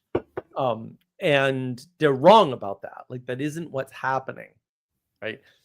Marxism is easily recreatable by any 3-year-old. I mean this technically. I'm not being hyperbolic. I'm telling you, if you talk to 3, 4, and 5-year-old children, they will quote Karl Marx, obviously not having read it. Why would that be? The only way that's possible is if Karl Marx's ideas are so childish that any child can reproduce, not any child, any precocious child can reproduce them. Yes. Same for the postmoderns, by the way. I'm just saying. Cassandra, Mature's lore is gonna go hard one day. Yeah, pretty much. Castle, why are you commenting there? You have the power of the microphone. Hype for the general judgment day just to catch up on Mature lore. Yes. Oh, of course, it doubles everything you say. Mature lore. The RJ like that. So yeah, I mean, I don't know. It's just weird to me that all these people want this flat world where they think that they're smart enough that if they talk to somebody who actually has a high IQ and uses words precisely and accurately, unlike them who can't define any of the words they use, that somehow that's going to make a difference. And it's weird too, because PVK has gone over this a number of times. Like, he's done whole videos where he's like, I will not give your book to Jordan Peterson. I will not pass on your manifesto to Jordan Peterson. Even if I could, and I can't, because it won't work. And you're just being stupid, basically, although he's nicer about it than that. But like, I'm not inclined to be nice about this stuff. And I think that because you're not judging people, you cannot be your brother's keeper. Like, you cannot. Because you're not judging your brother. Like, how are you supposed to keep him? Like, I'm just like, are you sure you read the book? Like, you didn't even read the book. Maybe you shouldn't try to read the book. Maybe you should just do what your damn priest tells you. Go to a Catholic church. They will tell you what to do. You don't need to read anything. It'll be fine. Like, oh my goodness. I'm gonna lose it, Castle. I'm gonna totally lose it. But, it is true. Like, literacy for many people seems like it's actually a disability, unfortunately. And like it's unfortunate because like I've encountered people who were actually illiterate and they got on pretty fine. You know, there was there was one time when I worked at a call center environment and I got a call from a guy who was illiterate and he was living somewhere off in like some remote part of Maine, you know, and he had a girlfriend or wife or whoever who could read, and like this was an intelligent man. He spoke very eloquently, but he just could not read or write. And so what we wound up doing is I needed to give him a phone number. So we wound up doing it like, tally marks, and it was a long process, but he was super kind and everything. We figured it, like he understood all the stuff. He didn't even have numerals. And so it was just like we had to do that. But it's like, he could do math, but he just didn't have numerals. It's just like, so we just had to do a bunch of tallies like a cave wall, but it's like, it was fine. I know. Well, I was thinking about this. Like, I'd have to do the research. It's a pain in the ass, and I'm probably just not up for it. And I hate math. How many of the great mathematical breakthroughs were done by illiterate people? And I mean, to some extent, yeah, we could make the obvious leap to Good Will Hunting, which is obviously one of the best movies ever made, aside from being set in Boston and being brilliantly written. By Matt Damon, no less, who would know because he grew up in Cambridge, so that's close enough. Like, there are a bunch of mathematicians that were like living in the jungles of India or wherever who made all the good breakthroughs for math. Right. And they were effectively illiterate. And of course, we've had Elizabeth on here, and she's like, yeah, on this island, these people are illiterate and they don't even have any books and they haven't read any books. And they're really smart and they work with their hands and they're out in the sun all day and they built the staircase themselves. And then when the engineers came in and built the staircase, now it's wrecked. It's like, well, yes. And I had this it hurts people's spines too, right? Well, I had this discussion yesterday with somebody who was defending sending money to the BBC. So, well, it's not really the BBC because it's BBC something, like BBC Aid or something. And I'm like, okay, but you're claiming it's not the BBC, but the BBC is in the name. So, what do you? I don't understand why you're speaking this way. This is a really weird way to speak. It's like saying a front door isn't a door because it isn't just a door. It's like, but the word door is in there for a reason because it's a door. Like, I don't. You can't use the letters BBC in that way and then claim you're not part of the BBC at the same time. Like, that doesn't work. I don't know why I'd have to say that, but I feel like in this case I failed to like go into it because I was just like kind of in shock. But the argument was, but they're sending radios, solar powered radios, out to people in Africa. And I was like, okay, why can't we do that here? Why do we need to send money to England to do that? Like, I don't understand. Right. Oh, well, they already have the people and the stuff. Oh, okay. But why do we have to do that? Why don't we do that directly as the American people? Why are we paying Brits to do it? Right. Oh, well, and then the radios, like, people can take classes. And I'm like, what? Oh, yeah, we can increase the literacy. And I'm like, okay, these people are so poor that they don't have electricity and they don't have access to radios.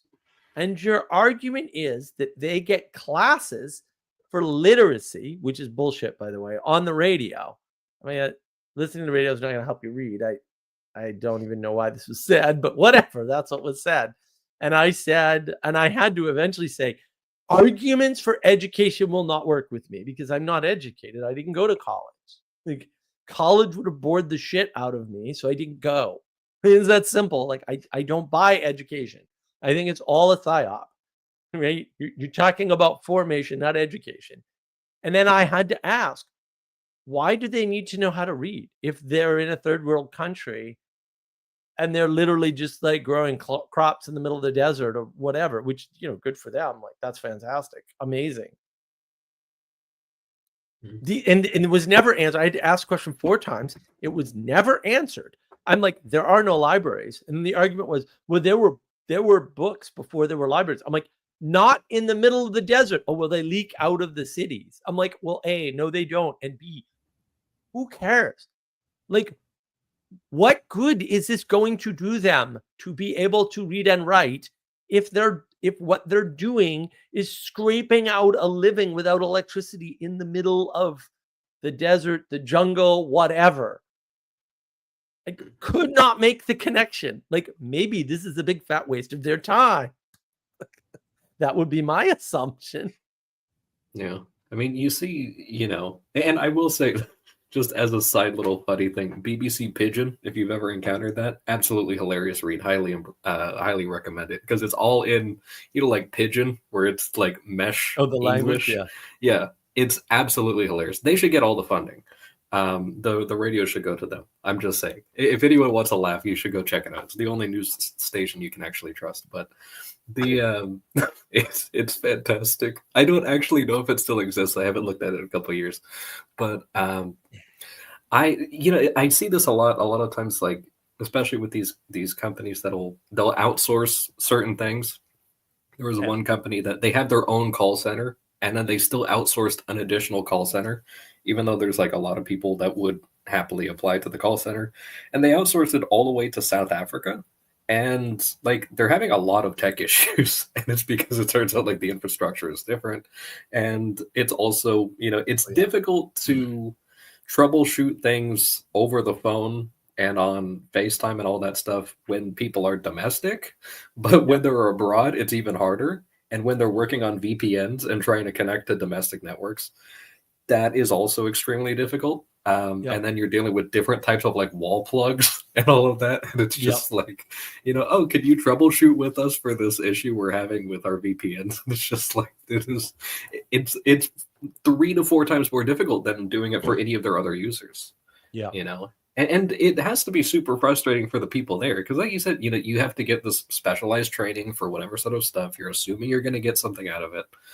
And then, you wind up just wasting time, energy, and attention on something that isn't actually going to last. Yeah, well, technology is super temporary. Cassandra, my Gen Chem teacher, had a PhD at 27, misspelled everything. Well, already had a wife and kid too. Yeah, I mean, some people are overachievers, What do we got? RJ. Yeah, see, less than kosher. Uh-oh. Oh, because of the pigs. Yeah. What do we got? Oh, nothing good. All right, RJ. I repent not participating more. But still a no on the killing. Look, people gotta die, man. Sacrifice gotta happen. Yeah, I got a good one for Peugeot if I ever get to a long conversation with Jonathan. Someday. I might reach out to him and do a talk on patterns, because I think that's more what he's missing. That'd be cool. Yeah, because you need the symbols don't just connect things, they connect to the pattern. Right.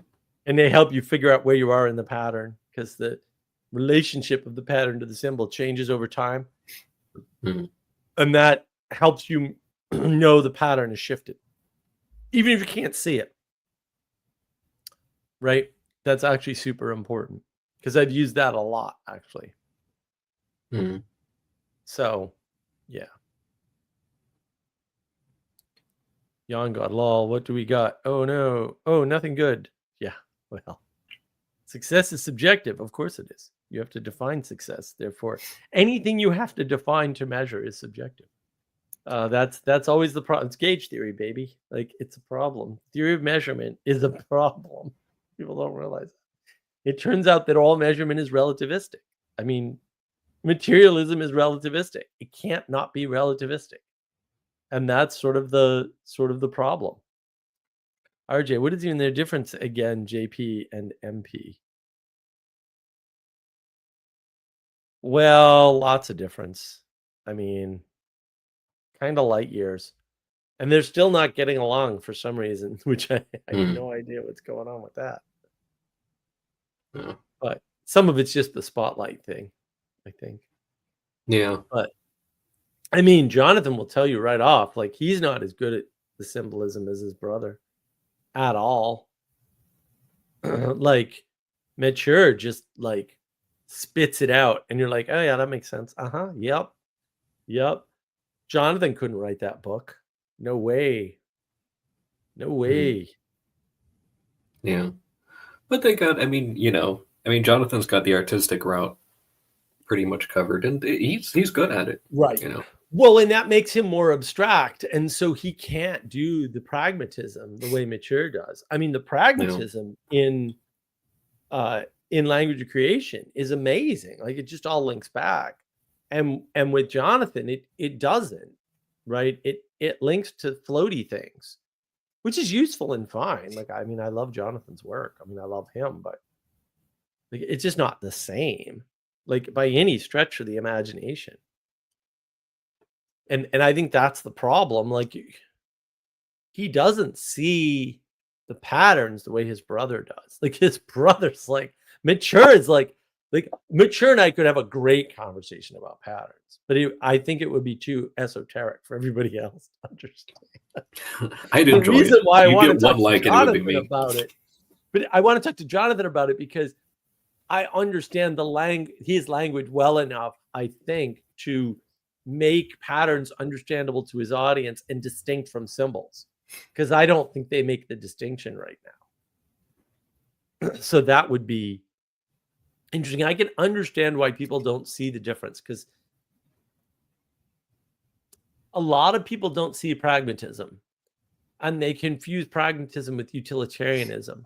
And it's just like, it's an eyes to see issue more than anything.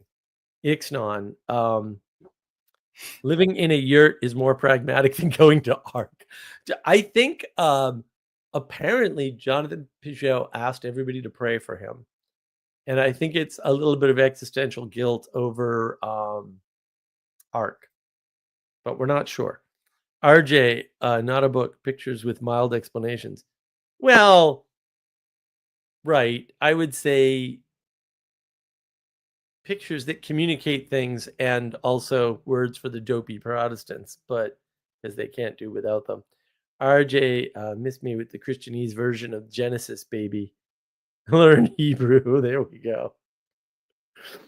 Young God, the first step towards a secret society is invitation only. I went to a castle yesterday in Chapel Hill that has a secret society associated with it, the Grimghoul Castle. So it's pretty cool. It's a cool building. I had a lot of fun. Yeah, it was good. It was a nice little walk in the woods. My hamstrings are now killing me though, but I think it was worth it. I mean, I did survive, I guess. I am sore. I will get up from this chair and I will be in pain. Well, it's an improvement on the kidney infection pain I've been having all week. So, do you want muscle pain or kidney infection pain? I'll take the muscle pain, please. Fair enough. Also, it's just the hammies, so they'll be fine. They'll stretch out. Yeah. That society doesn't sound too secret if you already know about it, unless they just tell each other secrets. And that might be the case. Secret societies weren't supposed to be unknown to the world. They were just supposed to contain secrets. They were societies that contain secrets, right? That we apply the words backwards, and I think a lot of that is just language mistranslation. Like, we're just using the French ordering of words instead of the proper English ordering of words according to the meaning. Yeah, because secret societies come out of guilds. All guilds were secret societies. Yeah. Right, because they held the secrets to whatever they were making, and they wouldn't give them away.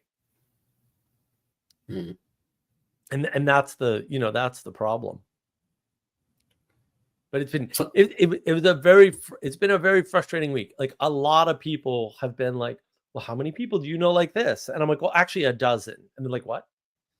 How many papers have you read in like journals like Nature? Oh, I don't know, about 50. What? Like, why are you surprised by this? Have you met me?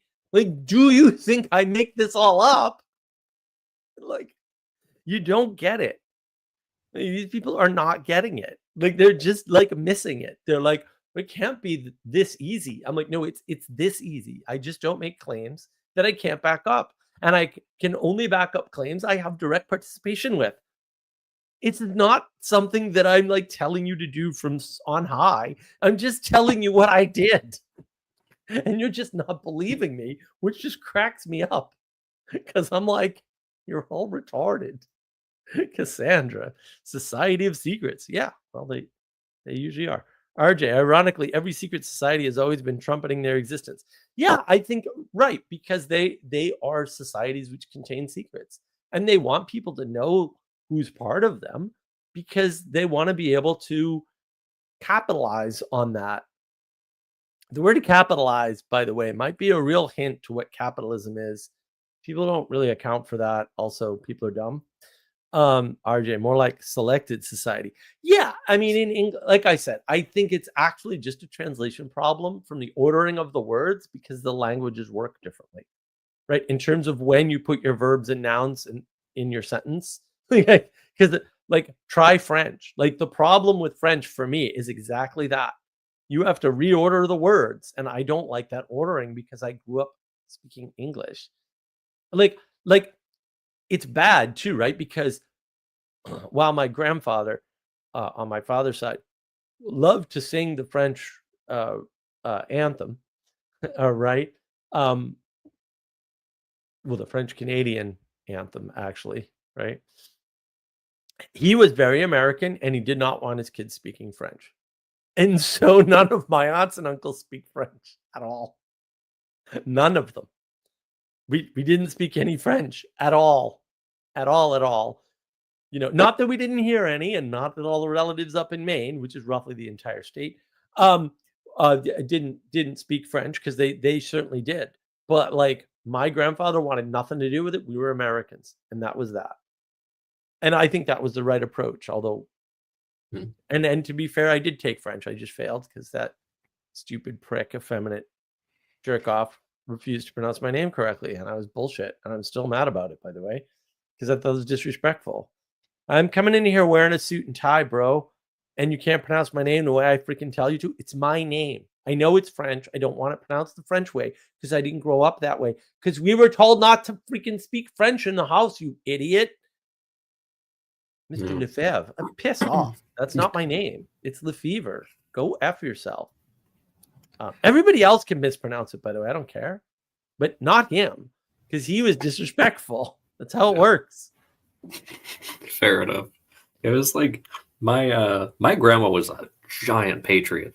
I mean, that was one of those things. Like she legally, I mean, she came over from Costa Rica to the United States, and she was already a history teacher, and so she just came over. Her husband got a job in like Michigan or something like that, and they, you know, she already had expertise in teaching and all these things, so she ran that for a while, and she wound up herself buying like 3 or 4 houses or something like that, did all these things, but she was like, she went through the legal immigration process and was one of like the biggest patriots you'd ever encounter.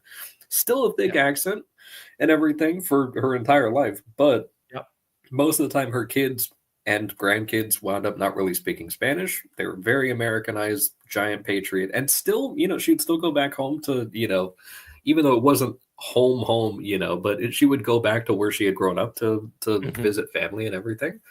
And but it's just like she had dual citizenship, but it was like she was an American. Like that was the thing. She knew more about American history than, you know, your average, you know, schlump that you would encounter for sure. And but it's like, you know, I like, she understood the value of assimilation, and it wasn't just like let's, you know, safety in numbers or whatever. Like she valued the country and, you know, set the example. And it's everybody like did early on.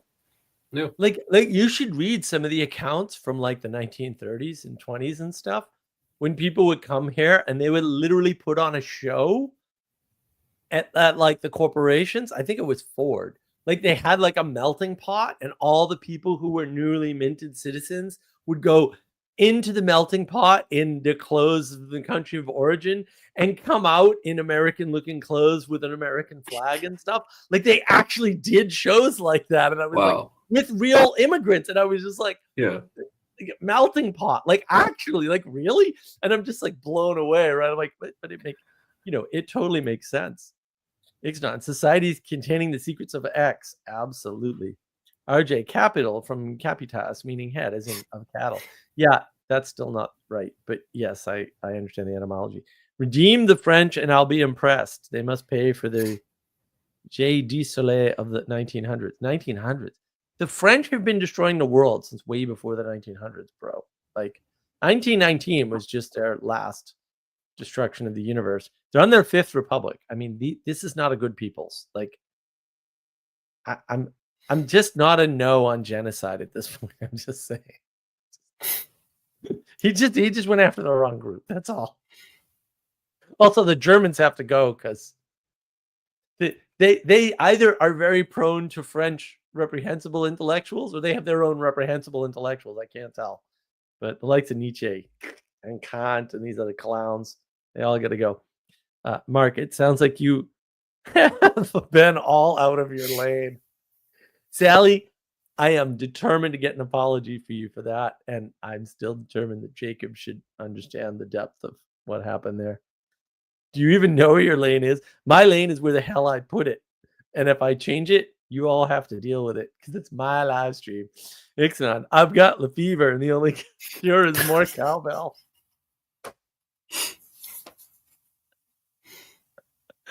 Oh, I love my audience. They're fantastic. Yon God, I'm still not sure who watches Mark unironically. Of course not. That's because you don't understand the world. And I'm so confused. It's because I'm a Muppet, isn't it? Yes. It's also because you're a skeptic and you can't just take things at face value. Oh, even RJ laughed out loud at that. But the thing is, RJ, if you watch Ixnat long enough, he is quite funny. Yeah. He and Castle have a really good grasp on the channel, like a really good grasp. They often piss me off by recapitulating my ideas far better than I ever could, which sort of annoys me occasionally, but it's all good because that is the purpose. And Castle's my editor, so when the book is finally done, which actually shouldn't be too long, I think I'll do some work this weekend. I don't know how much I did see one of your comments was like, we need more here. And I was like, oh no, I think I know what section that is, but I don't want to look because I have to decide if I want to go back and do that or finish what do we get? 2 chapters I have to finish. There's without going into detail, there are 3 things that I need 1 or 2 sentences more on, all in the same chapter. Oh, that's fine. That's easy then. Okay, I can do that. Yeah, I was struggling. There's some things. Well, I'm struggling with structure because I'm trying to do something special with that chapter now. Or not special, but I'm trying to do a very deliberate trick with that particular chapter. And yeah, like right now it's not in my head anymore. And I'm like, oh, where did it go? It's around there somewhere. I gotta roam the halls of my brain. It'll come back, and then I'll finish that one out. And then and then I will have to go back and like edit a bunch of stuff anyway, the recent stuff. But I knew about that. But then at some point, I'll have to go back and like the workbook. I just dread the workbook because I actually think we have most of it already. Yeah, but we'll find out. I don't think it'll be that bad because, I had mentioned briefly when I talked to you before that I'm looking into, at least just for in general to have, but for sure for this project is the thing that's going to kick it off. But I got 1 or 2 other things that I want to do that will utilize it very well. But I want to get that Atticus program to do to do book formatting, and I think that I was looking at that earlier today, and I think that I'll probably wind up picking that up in a week or 2.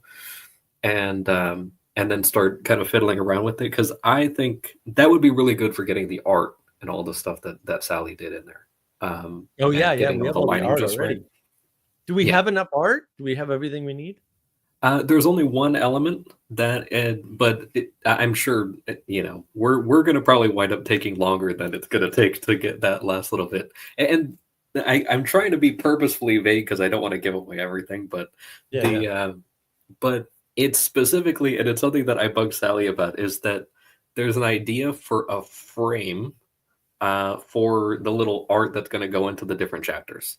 And it's going to fit with the theme perfectly and everything like that. But I was just thinking, oh, how can we really get a little more structure within the book while also Right. still being very nice? So, and she's already got a really good idea for it. But yeah, so I think all that it'll all work out in around the same time, I think. But yeah, I don't want to put like hard and fast times on stuff, but I know for sure if you write this weekend, I have next Wednesday off. So I'll probably do some editing of whatever you do on there. And then ideally, the way things are looking, Thursday, Friday should be relatively mellow.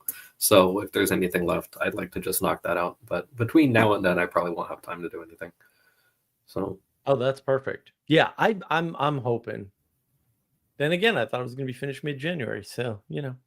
But it's turning into a much nicer, like, my vision of what this was going to look like is getting more refined as time goes on, and I'm realizing, oh, this is actually going to be a really high quality thing.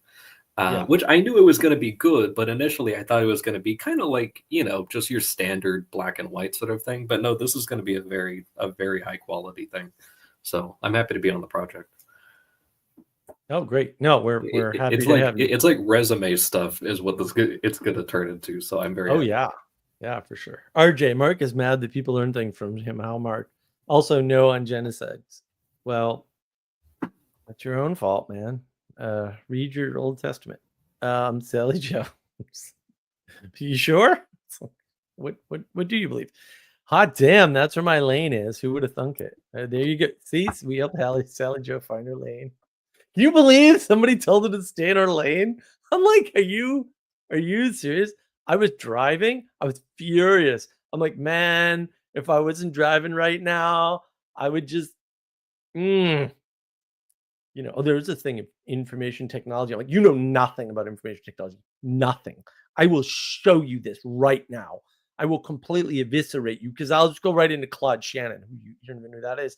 And that will be the end of you talking about information technology, my friend. Oh, I was so pissed off. I was lucky I was 30 minutes out of Chapel Hill in a car. RJ, ooh, sounds good. How many shekels for a signed copy of Mark's Magnum? It's not my magnum opus. Not my magnum opus. Also, we got to get Bruce. We got to get the copy to Bruce. He's got to read it next and go through it and tell us what we may or may not be missing. Mm-hmm. He's like the big, because he's the one that's done the thing. So, or more than I have anyway. Although I did a meeting today. I did this buddy of mine. He does these Friday meetings, but he invited me to a meeting after his meeting. I had no idea what it is, like literally none. He's just like, here, go to this meeting, and I'm like, okay. And he sends me this Google link, and I'm like, all right. And the guys were like, we want to set up this thing for crypto, and we want to have a community. And I'm like, okay, well, you need the following thing. Dude, they had an outline, so it wasn't, we'll say, any of the things in the book, because they already had like, oh, we're starting a nonprofit, we're deciding which type of nonprofit. Like they understood all those pieces, but they didn't understand the online component and put stuff out for free, organize it this way, make sure you get email addresses, and then then people will member up as appropriate. And they were like, oh my God, this is really good. And I'm like, yeah, well, this is what I know. So one of the many things. But yeah, it was funny. I'm like, oh wow, I get to do some community work this morning. I wish I were getting paid, but whatever. It is what it is. So Sally Joe, I'm doing the last bit for March instead of the t-shirt redo. Oh, okay. Well, that's good. RJ, don't hurt the midwits too much, Mark. They'll be even more drooling rebels. No, they need to go away. Like, some people should not be broadcasting on the internet ever. And the fact that they are is PVK's fault, and I blame him. Sally Joe, also displacing the capitalist psychic space dragon shirt now. Oh, yeah. Yeah. Space dragons, go space dragons. Ixnon, oh, we should get wisdom memes or shorts from Sally. Yeah, well, actually, I need to talk to Adam about shorts, because Adam right now has control of the shorts channel, and he has not been on it. and it's him and his stupid girlfriend and trying to get married is getting in the way of my channel, and I'm not really happy about that. So, RJ, all right, before I gotta go, what's the book on, boys? It's got a working title yet? What's our working title? I'm not sure if they're really. I was actually going to present some to you, but it's on Wisdom Communities. But there's that's kind of It's on what building on. wisdom communities, RJ. Yeah. It's all about how, Yeah. like, you get the book. This shows you how to build and grow a wisdom community. That's it. And then you do that locally, right? And then probably there'll be other things, from that. And then once that is done, I need to jump into my anxiety course and the 12 Rules for Life book club, which I just don't have mental space for right now. And I'm already ready to scream about the AI destroying code rather than writing it. But I will do that later. I usually do that in the background while I'm doing other things. I'm actually, that was all day today. I was like poking at the AI going, dude, write this code. And then it was just destroying stuff. And I'm like, I said to add things. Why are you taking things away? And it's very frustrating. But yeah, the book is on wisdom communities, how to build them. So, and there's a workbook with it, which that's the part that I'm like, I don't remember how far along it is, because a lot of the material was already written. It's been written for years, right? Most of it. So we're just filling in the stuff that I never got around to that we had outlines for. And we didn't have an editor, but now we have Castle. So Castle's taking care of all that stuff for me, so I don't have to think about it, which makes it a lot easier for me to write, because then I can just say, oh, all these things that you want to think about are not yours, and you don't need to think about them anymore. And that actually really helps me, because I'm very used to having to do things by myself, and not having to do that means I can just do more things. Absolutely the same. And I have a lot of use for this book once it's done. So like I'm invested emotionally, and all of my my ethereal resources, as it were. But so I got skin in the game, but really I want the finished product because there are things I want to get done with it. And certain groups that I am in or not in, but are peripheral to the sphere within which I operate, and all of those things could benefit from the stuff that's in this book, and from participating with it specifically, not just reading it and then putting it on a shelf. But yeah, it's not a reading book. That's true. It's also not a reading book. It's going to come with a workbook, because there's work involved. It's not a read this book and the world will be a better place, because I hate that stuff. And then I do have the outline for the virtue card games, but I have to revisit it. That was something I did use AI for. That was just fun. I'm like, we're gonna feed this to AI, but we have more stuff. We just have to get, like, there's just so much to do. Like, it's just so many little things, and so few resources. But like, and I thought we were gonna aim to do that for us, but he didn't really take to it. I mean, I could reach out to him again and find out, because we met him at Symbolic World, and he was, sort of like, oh, partially interested, and he did offer some great suggestions and stuff that we haven't really engaged with fully. But between that and the AI, we should be able to come up with some games for the virtue cards. But again, it's another thing. I just don't have the mental bandwidth. Before I was sick, I could do all these projects by myself without any of you easily. That's not the case anymore. I actually need more people. So yeah. But and it's good to have an editor who's invested, because he wants the end product and not. I mean, this is why people are like, you could just hire somebody to do X, and it's like, well, in theory, yes, if I had the money, but I don't, and I don't want somebody hired. I want somebody passionate, because that's what makes good quality products. Money doesn't make good quality products. Yeah. I see that everywhere. Like, there's so many things that I'll go and, like, I'll get relatively cheap, more or less, but pricier than it would cost to just buy some random thing at the store that already exists, and it takes a little bit of extra time, and you got to actually, like, you got this event that's coming up on Tuesday, and so we're trying to to bring back the religious aspect while still doing Mardi Gras, and then prepare people for Lent, which is happening the next day.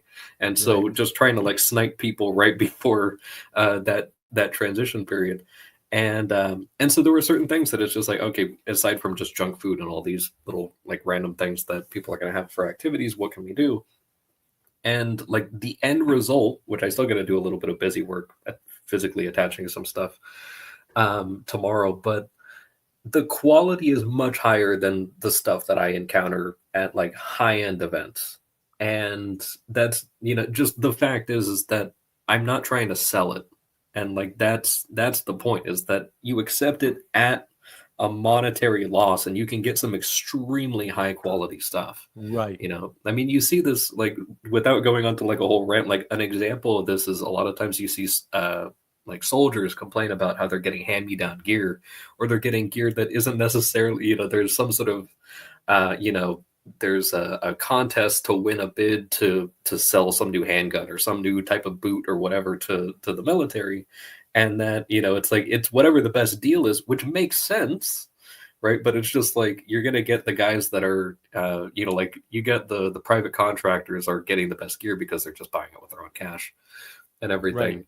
And it's like, it's a trade-off. Like, it's not that one or the other is wrong, but it's just, if it's for my money, I want the best. And even if that means that I incur a loss, or I can't recoup that, because I want the product, like, and I want it to do the thing that I want it to do as effectively as it can, and I feel the same way about this. So, I mean, I also think it's useful stuff and that people would benefit from it, but it's just, if I had to, like, do what post hoc rationalization, that is one of the ways I would present that, as I just did. That makes sense. RJ, I think Mark should award some sort of wisdom doubloon for insights, etc. Okay. Well, no, because I read Moby Dick now, so that's never going to happen ever. Because if you read Moby Dick, you would know why you don't do things like that ever, under any circumstances. Also, I do, although I have never been able to convince anybody that this is the awesome idea that it most certainly is, I do want to do a blockchain coin around this. You already it's a have little bit Chipmunk broader coin. than that. Well, the wisdom coin, right? Yeah.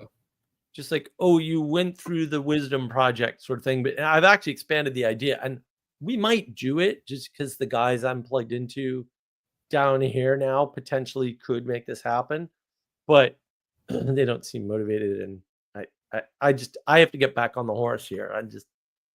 This is January, February have been terrible. Been terrible weather, terrible illnesses. Everything's been terrible. So, and then we got to travel here in March, and then May. I'll probably do some travel. It's a short travel in April, but yeah. Sally Joe. Oh man, I threw out why we should make a pirate currency before. Apparently that destroys the whole world or something. Also, air pirates destroy the world. Yes. No, the doubloon destroys the world. RJ, see, not the worst idea. No, I mean, a blockchain thing would be fun. And the problem that we have is tracking credentials. And the solution to tracking credentials cheaply and easily is actually the blockchain. And the blockchain is actually bad for money transfer, because if you think it's good, you're retarded and you can't do math. Different problem. But it's actually really good for, like, your record of, like, what you've done and accomplished. So your resume, right? Your academic record, all of those things, that's a good use for blockchain. And I did want to use blockchain for that, like, specifically. And I wanted to do it out of South Carolina for obvious reasons. We may do that. We'll see. I got to rekindle that idea. I actually gave a presentation of the idea. Not a formal, I haven't even done a formal write-up on it, because I'm a psychopath and I can do this stuff off the top of my head. Oh, what did I hear recently too? shoot, I can't remember who said this. Oh, it was Candace Owens. Yes, it was Candace Owens. She said something like, um, I'm the kind of psycho that does, this much research and sets up a timeline. And I was like, oh, that's me too. I'm exactly the kind of psychopath that does that stuff. See the petersonsphere.com timeline, which was put together, of course, by my now video editor, Sarah. But like I did all the research for it. So yeah, I mean, yeah, that's Ixnay. Air pirates destroy the world because they are trying to not live in it. This is what I mean. This is annoying. Like, why couldn't I say that? Go away. So how do you ban people again? All right. Anyway, you're both annoying, Castle. Cut it out. But it's gonna make your book sound so nice. It's gonna be so easy on the eyes. True. But yeah. Yeah, no air pirate artwork in the book, please. That's all I ask. Oh gosh. Sally, we'll talk later. I have no control over it either. Right. The editor. I just have to write the words. You don't even know what's coming. Like I don't. I actually don't. I have no idea. I admire your trust. That's how it's supposed to work. Well, I can't either, right? Because I have very good control over the OCD, but like, man, you don't tempt that fate. Like, if you can avoid it, like, don't. Yeah. I remember. So I used to do. I was never good, right? But I mean, I used to do carpentry all the time. I had a house for 20 years, so like it was a 100-year-old house. Actually, it's about a 150-year-old house. And so like carpentry was part of what you did as a homeowner with a house. It was a big house too, right? My first house was pretty big. So people used to be like, oh, you should make that look nice. And I'm like, no, you don't understand. I have OCD. Like that would, like I can slap up an okay, adequate looking piece of wood in no time. That's not a problem. But if I have to make it look nice, then I have to do the whole thing where you decide, do you want it square to the floor or do you want it square to gravity? Right?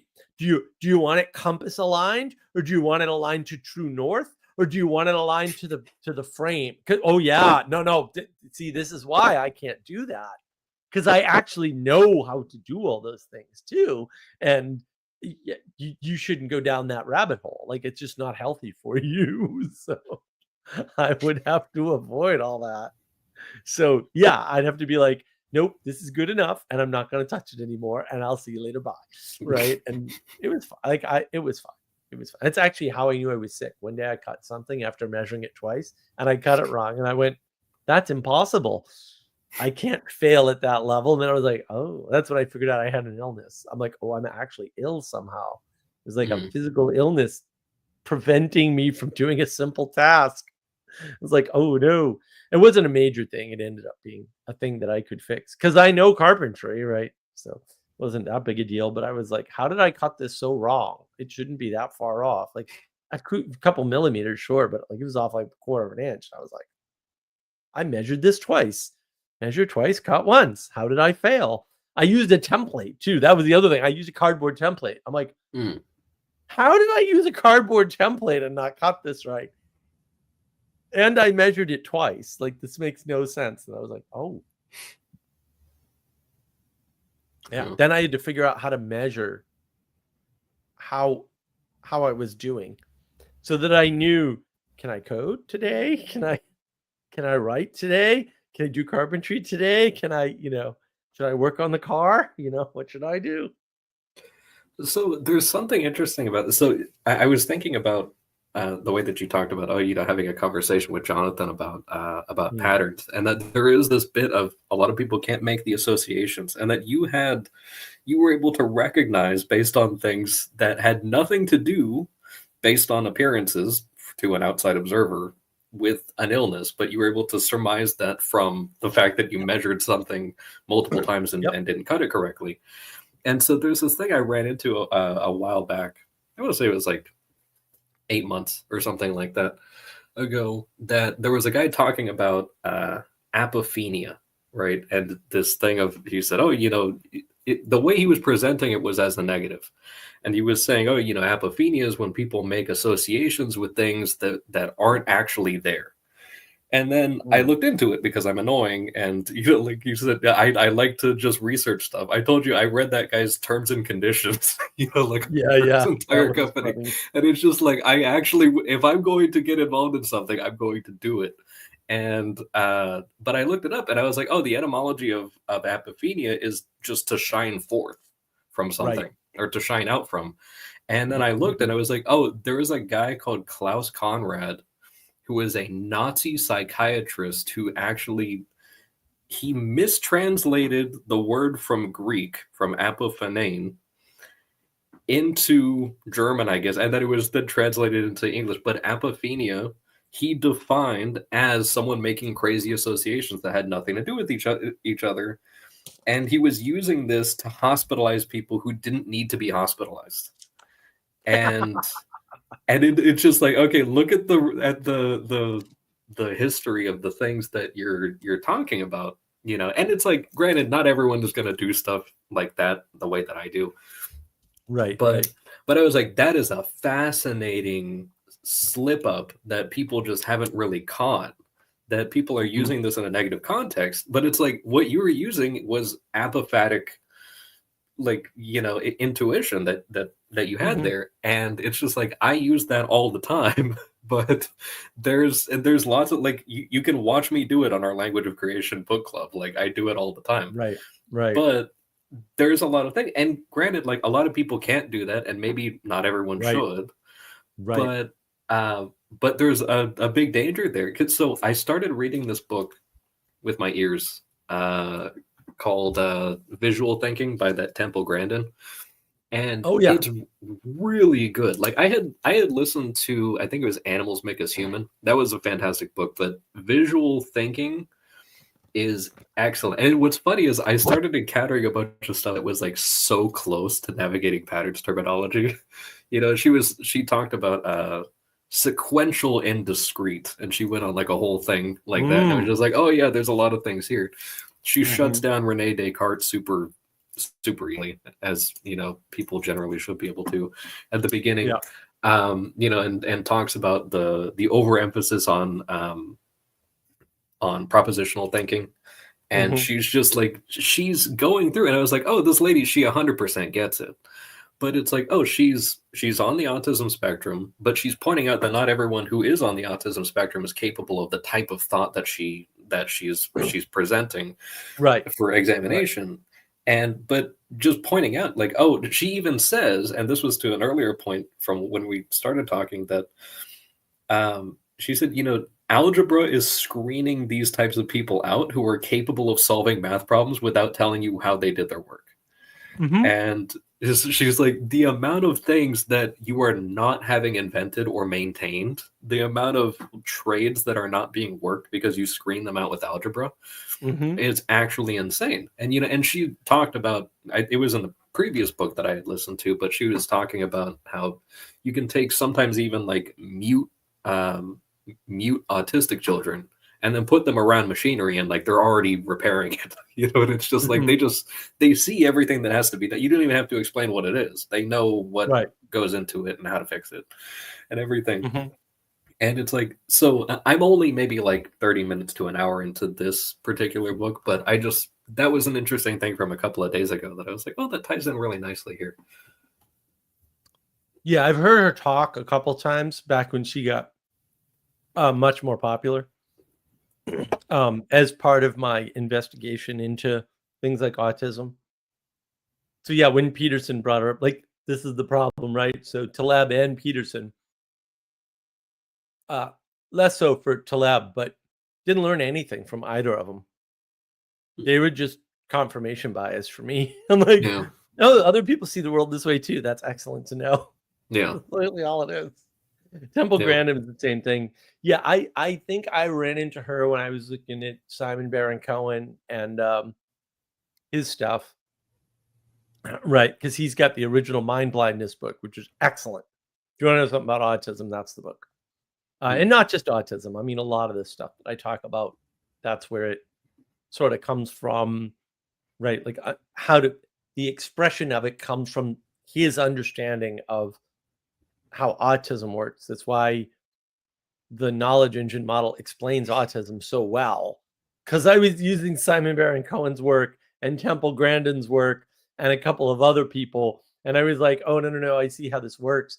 And then eventually I kind of figured out how this fit together.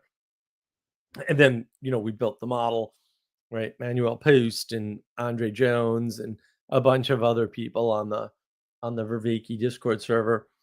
And that's how that came to be. But I was onto that really early, like way super early, long years and years and years and years ago, long before Peterson was a thing, long before he even did a Maps and Meaning course, and and like Kahneman and Thinking Fast and Slow, and of course he was one of Taleb's buddies, but I knew Kahneman before I knew Taleb. I knew Kahneman before Taleb knew Kahneman, in fact. So yeah, it's just what you run into. And yeah, I mean, I have this annoying thing where you can describe a software bug to me and I can tell you roughly how to fix it without seeing the code. And people are like, how do you do that? And I'm like, I don't know how you can't do that, but sorry, bro. I don't know what to say. It's pretty easy. But because things only fit together certain ways. But you have to know that. Like, and it helps to go sailing. It helps to fix your own cars. It helps to do your own carpentry, right? It helps to learn programming and teach programming to people.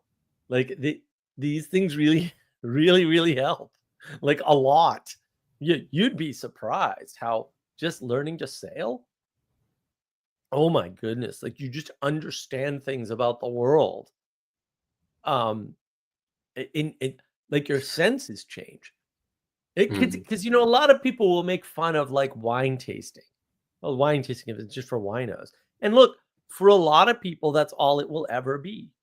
But actually, if you engage in something like that, it same goes for cheeses too. Although I can't do cheeses at all.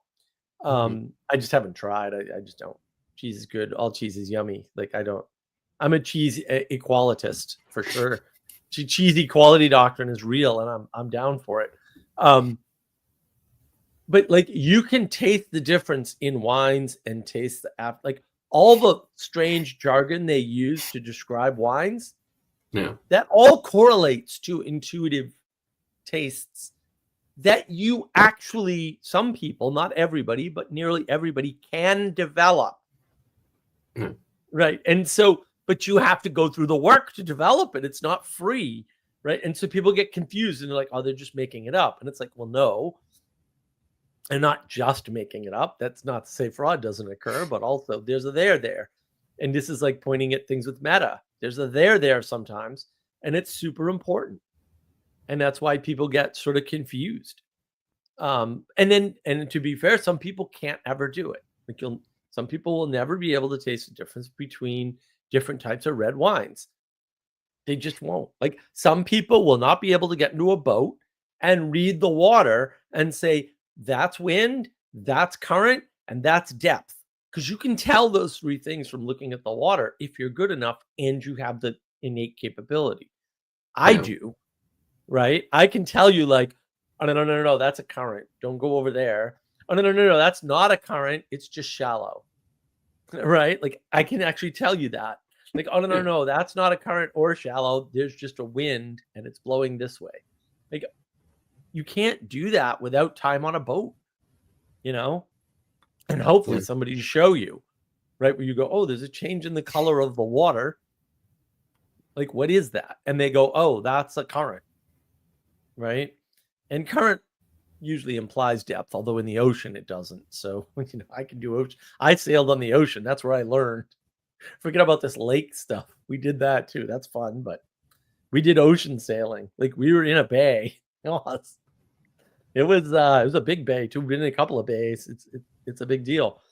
So those are real skills that you can pick up if you participate. But nobody wants to participate because they don't want to be known as somebody who doesn't know something. So then they just end up, when they're challenged with a basic question, they end up lashing out. in anger. Yeah. No, stay in your lane. Yeah, it's like, what are you talking about, bro? Like, I'm not saying never say that, but like, that shouldn't be your first response to somebody who lets you know that you're wrong about something. Like, come on.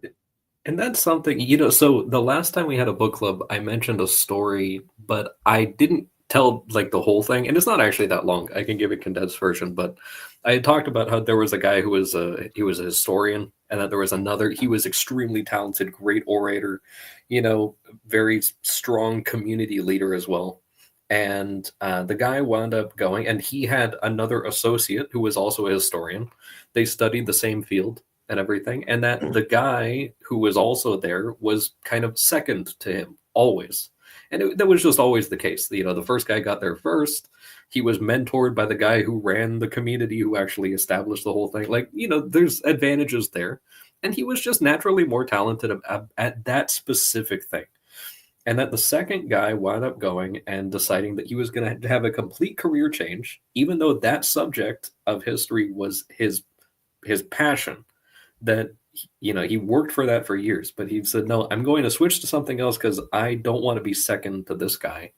And that he would just completely throw away his life that he had built for all of that. But what wound up happening, and he did do that, and it was very sad.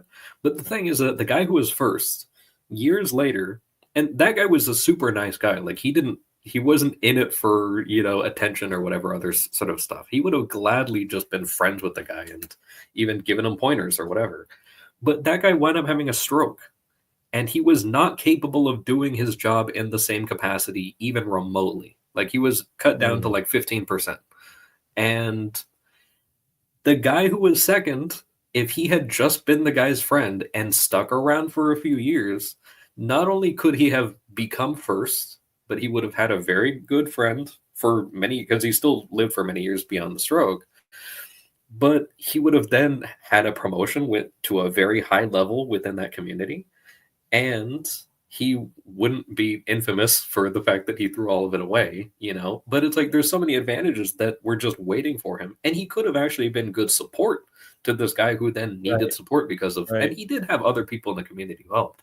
But it's like, there's a lot of things that are lost by just not taking the hit, and it's that thing. I mean, it was what King Solomon said, something like the fool, something to the effect of like the fool despises reproach or something like that, and it's just like that. It's better to be reproached for being wrong than it is to receive so many compliments and everything. And it's just like, you might as well just take the hit and actually even be second, because at least like the other guy's not going to last the whole time. And maybe you don't actually have to be the best. Maybe there's enough work to go around, and yeah.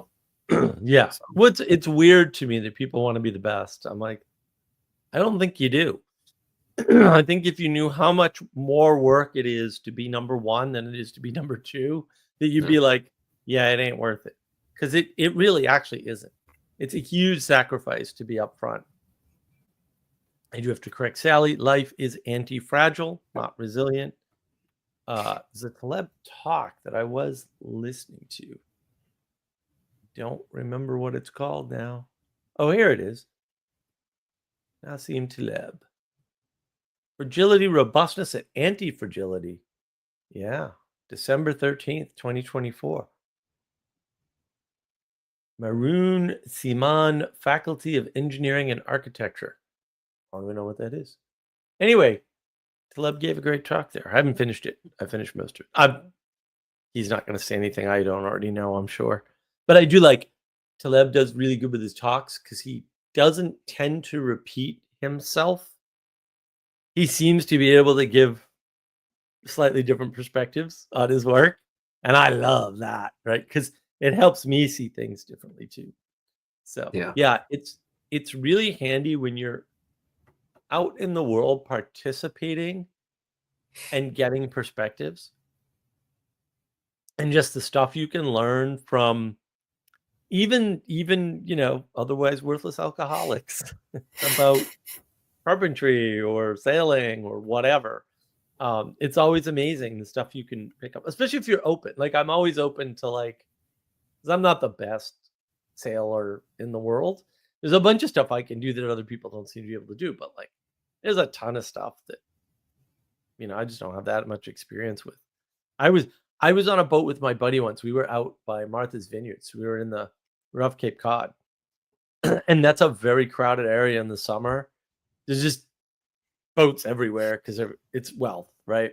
And my buddy, like he's got some money, but he's not like he doesn't like to spend it, so he builds his own boats. Mhm. So he has this little catamaran. It's like a 15-foot cat, and I love catamarans. So I'm like, go out on a catamaran. Can't get me there quick enough. Just tell me where the cat is. I'm on it. I love catamarans because that's what I learned on. So he's got this catamaran. He put hard decks on it, and he cut down gardening chairs and put them on the deck so you could sit on the deck of the boat. Yeah. That's it. The boat is a little dirty, because he doesn't keep it spotless or anything, right? And he does all his own maintenance pretty much, right? Even though he could pay somebody and have all this done. And we were sailing by Martha's Vineyard, which was very nice, gorgeous, absolutely beautiful. I think it was like 87 degrees out, and we were out on the water, which is perfect in New England. It was just a perfect New England day. And there was a guy in a boat. I don't know, had to be $1 million boat at least. It was a monohull. He was leaned all the way over. The gunwales had water on them. It was a wooden boat. It was a beautiful boat, absolutely gorgeous boat. Way more sail than we had. Way more, probably twice the sail area. And he was coming up on us, and my buddy goes, and he gets up from his chair. And he literally pulls one of the sails in like this twice and sits back down. And the damn cat goes, boom. And I mean, it was unbelievable. I'm like, how did you pull the sail in that little and get that much more speed? And we beat the guy in the big boat because he was trying to beat us. And I didn't even notice. I didn't even care. Like, I'm out on a boat in the water in the summer in New England across the vineyard. Like this, it's just everything about it's gorgeous, right? I'm like just blessed, totally blessed, right? And we've got so he had been like, he goes boating all the time, right? He owns like, I don't know, 4 or 5 boats, little ones mostly, but whatever. He's got a ton of boats. He didn't understand because he was like, well, we have to get stuff to eat, and I'm like, okay, bro, but like if we're going out on a boat and all we have is like a barbecue, like you go to the store and you buy the pre-marinated meat in a packet. And he's like, what? And I'm like, yeah, this is the way this is done. And then he did that. Of course, he's done it every time since because he's like, that's brilliant. I'm like, I guess. Like I thought it was obvious, but you buy the pre-marinated meat out of the grocery store. It's relatively inexpensive, and you don't have to marinate the meat. You just throw it in the cooler and take it with you. And then it's perfect for a boat. But like, see, I knew little things like that. He knew. Yeah. I mean, this boat was so well built. I think he still has it. It's over in North Carolina now. But like, that guy was bullshit. He was so angry because my buddy his boat was tuned. It's a cat. Monohulls do not beat catamarans. That doesn't happen. Catamarans are quick. They draw so much less water. They just need less sail area. And you can usually have more sail area because it's a bigger boat, right? You get a big flat area. We weren't out of the water pontoon-wise. If we gone out of the water pontoon-wise, we could have really screwed on that boat. Because my father used to do that. We used to fly the cat. It's called flying the cat. We go up on one pontoon. And like you go up on one pontoon in catamaran, and man, it's like hitting the gas in my sports car. Boom! You're like jetted back. Because the boat, you lose half the surface area in the water, and you usually gain a bunch of sail efficiency if you do it right. And so those cats will fly when you get one pontoon out. They'll just cook. It's a really dramatic feeling. But if you know how to do all that, and then you got to balance the boat, by the way, otherwise it goes over and you get wet. So like this is not a trivial thing. Like you got to know what you're doing to fly a cat. My father never knew what he was doing, by the way, because I don't think he ever brought that boat in the water, flew it, and didn't dunk it. I don't think that ever happened. I could be misremembering because whatever, but boy, he put that boat in the water a lot. I never put the boat in the water. But when you do that, you have to be really careful about how far over you are and where the wind is, whether the wind shifts, and it is a non-trivial thing. But if you can learn to do that, whoo, you are deadly with a boat. Absolutely deadly. Yeah. And the cats I have were two sail cats. You had a mainsail and a jib. I usually operated the jib. But then later, like my father got a day sailor and we did some lake sailing. That was awesome. We had fun on the lake. Lake sailing is a lot of fun. I did some sailing too in Boston on the Charles River. And that's fun. Except there's a place on the Charles River where if you're not careful, the Hancock Tower affects the wind.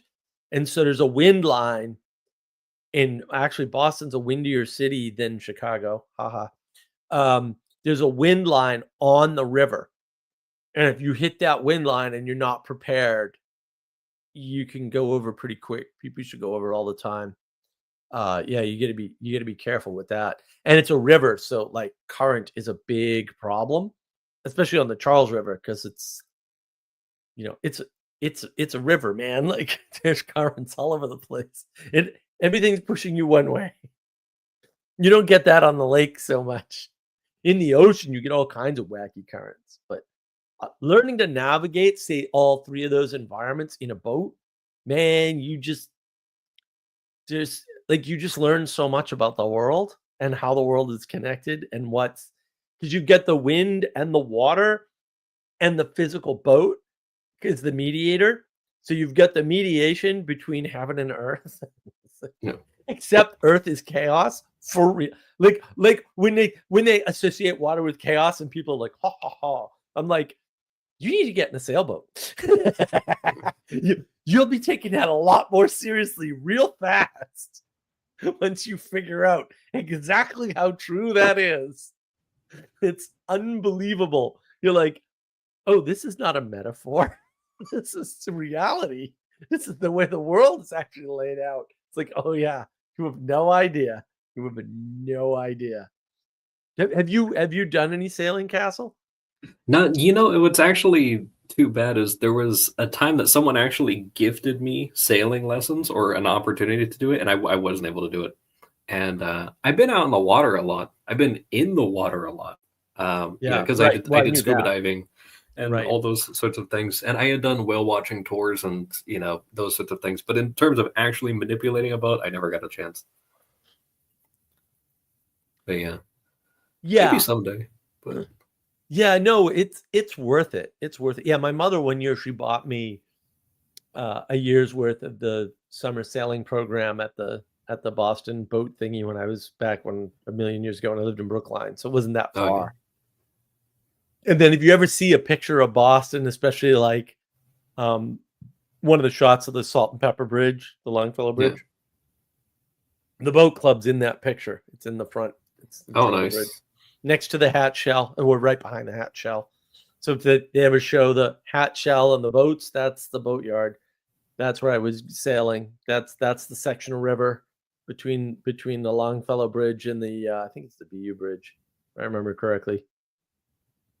It might be. Oh, it's not the BU Bridge. It's the other bridge. It's the Smoot Bridge. It's measured in smoots. Yeah. So it's between those two bridges, and it's interesting too that the three environments are different. Like really, sailing on a river is totally different from sailing on a lake, and none of those have anything in common with the ocean whatsoever. So yeah, but I really think that like sailing in particular, I mean, when you learn to be the mediator through the boat of the water and the wind, and especially if you learn some of the knots. Mhm. And it was funny. I needed to tie something up the other day, and of course I was a Boy Scout and stuff, but I don't remember the names of the knots. Yeah. But I needed to do a particular type of knot that tightens as you pull on it, but is easy to release, because there's lots of knots that'll tighten when you pull on them, but This one you can make it as sloppy as you want. Like you could leave a foot of space between you and the thing you're tying, and it'll just tighten up and snug up, and you can undo it real easy. I do not remember what the name of that knot is. But it turns out that I can just tell my brain that's what I'm doing, and the knot appears, and I'm like, Nice. oh, okay, well, whatever. Yeah, after all these years, I know enough of this stuff. Yeah, there was another one. Like I have to tie up my I have a little tent that I used to put the car in, and then we moved it to make it a little gardening garage. So I moved it across the yard, which was actually a big project. So we moved it with some help, and rather than dismantling it and rebuilding it, which is maybe what we should have done. We moved it across the yard, and at some point when I got the golf cart, I like broke the rope and like one of the grommets and like destroyed the door. And I was like, oh no. And it's not real bad. Like I fixed it with like waterproof tape and stuff, but now the door doesn't open the way it's supposed to anymore. Like you used to be able to drag it like this and it would roll up and all that. It doesn't do that. That's all gone now. And I have only myself to blame. Right. And so I roll it up, and then I have this piece of string that's the original string, and I have a way to knot it. And I don't even know. I can't remember what it's called. And I just knot it that way. And when you're done, like you knot it, and it just holds the door up when you roll it up, and then you just pull on it, and it vanishes, and the door goes shoop and rolls itself back down. Yeah, it's kind of cool. I'm like, oh yeah, I don't even know what that knot's called anymore. And I have the knot book somewhere. It's in the shed, obviously, but I'll bring it out at some point and start doing knots again. But learning knots, super important, and learning to sail in the 3 environments, super important. I think if you can do it, and maybe you can't, like fair enough, but like if you can do that, like like the world just becomes easier. Like you just learn so much about the world around you and how to navigate, literally how to actually navigate everything around you, and it really gives you a sense for participating in the connectedness of things. Yeah. Because again, if you're mediating between the wind and the water using an object, right, that has limited tools, because there's only so much you can do with sails and you know, what do you have? You have the sail, you have the sail or maybe 2 sails, you have the rudder, and maybe you have the keel, right? If you have a catamaran, you just have the hulls. And then you have your body weight, right? And that's what you're mediating the wind and the water with. And if you can master that to any degree, you really get a sense of participation and orientation instead of mere direction. Because direction doesn't work on the water at all, especially not when you're constrained by the wind. Because you can't go in any direction you want in a sailboat. It doesn't work at all. You often have to go at a 45-degree angle to the direction you want to go in to get someplace. Yeah. That's not unusual. And you also learn momentum, which is super. That's one of the things I need to figure out how to talk about better on navigating patterns is momentum. Momentum is like people are really missing momentum. That's why I was saying like we're living in the chaos of failed experiments right now. There are a bunch, not all of them failed, right? Obviously, the United States experiment did pretty well, and it may still continue just fine. Like I don't see any particular reason to believe that the U.S. is over or anything stupid like that. I think that's completely overblown. But like there are experiments in the world, like the European Union, that are failed. Like they are failed, and that's what we're seeing. And we're reading it maybe as more chaos than we need to in some ways. And we're reading it as much less chaos than it really is going to cause at the same time, just because we're looking in the wrong place, right? Because a lot of people think that when a government collapses, like something takes its place immediately and it's a thing of this type or something. And that's not how that works. Yeah, it's going to be a mess. It'll be interesting to watch. It'll be interesting to experience the effects of, I think, a lot more interesting than it'll be to watch. Right. And I think the momentum confuses people, right? because like a lot of times I will be able to identify like, oh, well, the mainstream media is a great see the fall of the fourth estate on navigating patterns, right? Like the mainstream media died a long time ago, and that was obvious. And everybody missed it because the machine kept running. Right. And if you didn't notice when it broke, if you didn't notice that it was broken, you didn't see it. Like it just appeared as though it was still doing the way what it had always been doing, and then it was functioning just fine, doing what it had always been doing, when in fact that was all just momentum. Yeah. And people don't kind of recognize that. And that's why momentum is important, because you have to be able to recognize when something's running on momentum and when it's running on actual power, right? Which is focused or directed time, energy, and attention. And if you can't make that distinction, you're just missing a bunch of the world. And like, fair enough. Like most people can't make that distinction. Like that's okay. Like no shade on you if you can't do it. But also then don't try to understand the world. And I thought it's interesting because Jacob has been harping on the fact that, like, Curtis Yarvin has been on an apology tour because he was wrong about everything. All of his predictions were completely wrong because the system he set up was wrong. It's not that hard. Like I was saying, like, no, this guy's a clown. He's wrong. Like, this is a ridiculous way to think about the world. It doesn't explain what he thinks it explains. And when things unfold, or as they unfold, it's going to be shown that he's a clown and that he was wrong. And to be fair, he's recognized that and has been saying so. Which is good. Good on him. Yeah. But like a lot of people followed him, and it's like, no. And unfortunately, Carl Benjamin's in the same boat. Like he's so close, but he's just not there. And so he's making a lot of bad predictions about things. And I'm like, he may squeak it out just fine. I don't know, but a lot of the ways he talks about things is just not correct. I'm like, it's going to come back to bite you, buddy. Yeah. It's painful to see, but hopefully they can do something. I mean, at least, especially with the guy, like, I'm not sure actually who Curtis Yarvin is. I feel like I've probably encountered Moldbug. something. No. Mencius Moldbug was his YouTube name, I think. But yeah, he was the Blue Church guy. He came up with Blue Church. I still also don't know what that is. Like, see, I have remained blissfully ignorant of like a lot of things.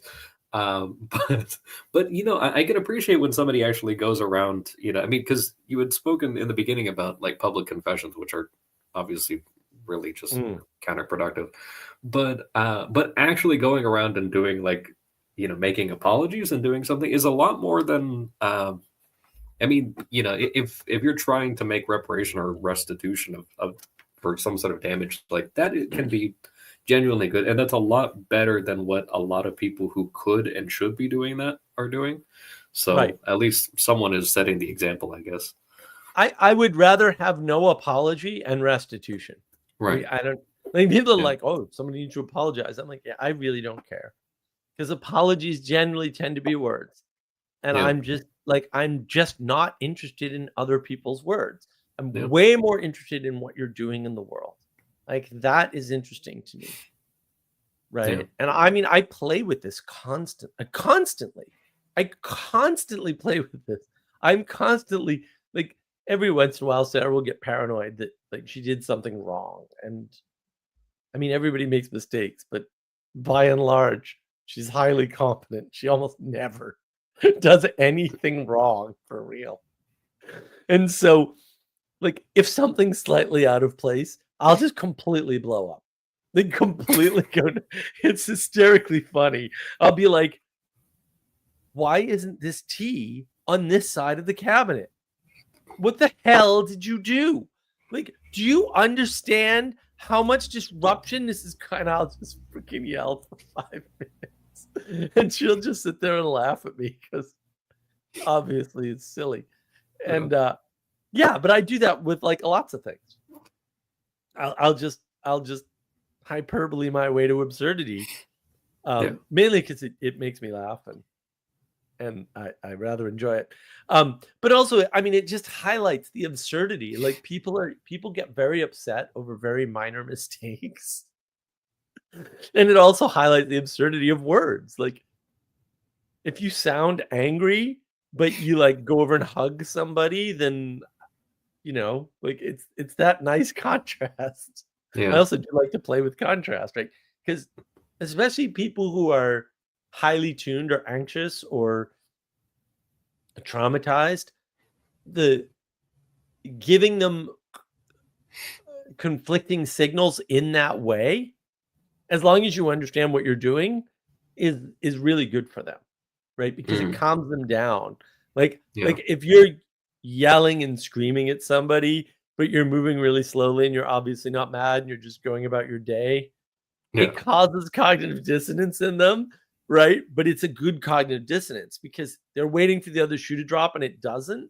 And so they stop waiting for the other shoe to drop eventually. Yeah. It's like And that, inoculation. Sort of. yeah, it's an inoculation. It takes time, obviously. But like if you do that, then they calm down and over time, and then they're just less anxious all the time. And so Yeah. that's one, reasonable way, we'll say, to treat anxiety as such. And people they don't understand that. And like fair enough, like it's a hard enough thing to understand, but also like you can do it. Like it it is doable. I want to highlight some. Sally, the planet isn't on the edges of extinction. It's closer to consuming you. Yes, Sally. Yeah. Everybody thinks like we're going to destroy the earth. And the earth is like, ha ha ha. Who's going to destroy whom? And the earth will eat us long before we'll be able to destroy it. Getting feedback from real action in the world is superior to all conversation. Exactly. Go sail a boat in silence. You'll learn more about the world. Action shows agency. Yeah. Well, you can't have agency without action, or you can't prove that you have agency without action. That's why you shouldn't say things like there's no agency, because that's dangerous and false. Sally Joe, momentum issues is why when you discover Peterson's 12 rules, you can't immediately implement. That's right. Because you have to deal with your previous momentum, right? And then establish a new course, right? Right. You're right. That is the problem. A lot of people, that's the problem with self-help in general. A lot of people look at self-help and they try to implement it, and it's like, whoa, bro, you're on a path. You have to slow down and turn the ship. Just adding things in is not the thing. And if you understood things like integration and how things are connected in the world and how patterns work, you'd know you can't add stuff to your current pattern to get out of it. That actually isn't how it works at all. Adding stuff, if you're in a bad pattern, will often result in that pattern getting worse for you. It often won't result in a change of pattern. And I understand why that's confusing and people don't understand it, but this is why momentum's super important. And I do have to find a way to demonstrate it. That's another one. Man, I wish I had the money to hire an illustrator, right? I need a cartoon. we can go bother Alec again. I just wish I could commission the kid. It would be fantastic. Because he's super talented. But yeah, I mean, I might do another AI thing. I've got a couple of AI things in mind that I'm like, and then I'm like, can I even explain this stuff correctly in words to get the AI to do it? And I'm like, probably not. But at some point, we'll get an animator, and then we'll be able to animate some of this stuff. There's a lot of stuff I want to do on a hierarchy that I really need animation for. And if I sit down with an AI again, like I did with the perspectives video, what do you think of that one, by the way, Castle? The one with the bear in the cabin and stuff. So the narration was good and the message behind it was good, but the guy's feet were just haunting. I even every now and then, ever since I saw that, like every couple of days, I'll just think about how horrifyingly off those feet were.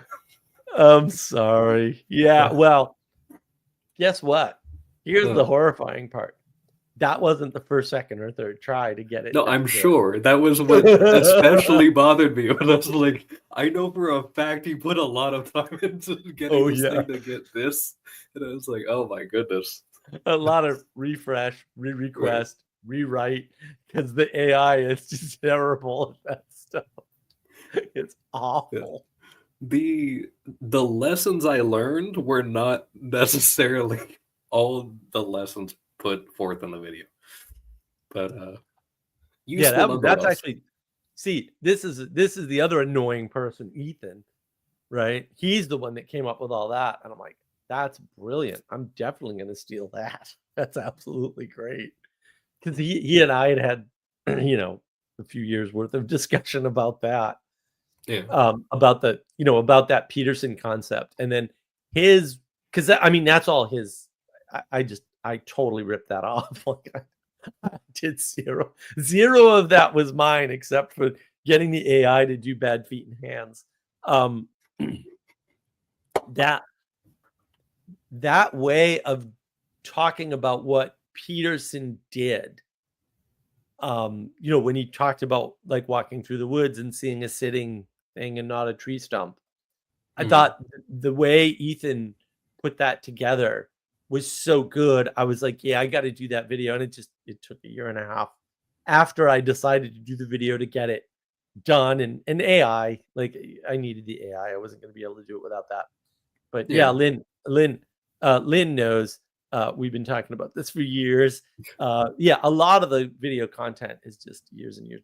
One of these days, I'm going to go back through and like have enough energy to go through the video list and like actually start knocking them off. Because in the old days, I could do 4 a week, right? There were more than one day where I recorded 4 videos in a day, and that included, because back then well, at some level it's less work, at some level it was more work back then, but like that included me drawing on the board, because I used to draw on the board for every video, right? You'll notice the early videos is always something different on the board. So I'm trying to keep most of that up, mostly. So one of the reasons why I like commentary videos is I don't do the board. I'm like, I hate the board, I hate drawing. I'm not doing this. So yeah, I won't do it with the comment. I think I'm going to do a commentary video. I'm going to do 2 commentary videos coming up. One is demonstrative. It's not a commentary on a video. It's a commentary to show you somebody talking about something and then how they don't make the connection. And then that's going to be part of the navigating of the pattern sort of thing. Gotcha. Just to show the break. And then the other one is going to be a commentary from ARC. Because somebody's talking about something especially stupid, and I haven't watched the video yet because I'm going to do a reacts commentary, but I was going to do it today, but I just get two online meetings, and then Jacob and Seabax and more Jacob, and yeah, I just got caught. Plus, my legs really hurt. You have no idea how much walking around yesterday ruined my life. Yeah, I was not quite in the right frame to do recording. Sally Joe, heavier load during bad pattern overextends capacity. It can. It can. The problem is capacity moves. Like this is the problem with all this stuff. This is why patterns in sailing is important, because you have 2 moving things and you're trying to move in the middle of the 2 moving things. That's life. That nothing is stable, not in the material realm anyway. New info, new skills carried on bad pattern with bad load. Are you just trying to get me to do more videos, Sally? The mushy ankle of doom. I like that. That's much better. Oh Lord, the mushy ankle. Why? Well, look. After you mentioned your hamstrings, that's all I can imagine. There you go. No, it's the foot from the video. Yeah, I look, I did my best. Okay. I had promised Ethan we'd get that video out. I was a week late on my promise. And actually I could have done it a lot sooner. Just it needed editing, and I am not sitting down with Caden Live and this stupid thing. I'm just not doing it. So I had to get Sarah to do it, and that's always a whenever Sarah does anything she hasn't done before, or even stuff she has done successfully before, she's always like, I don't know what to do. And I'm like, you've done this literally 6 times. How do you not?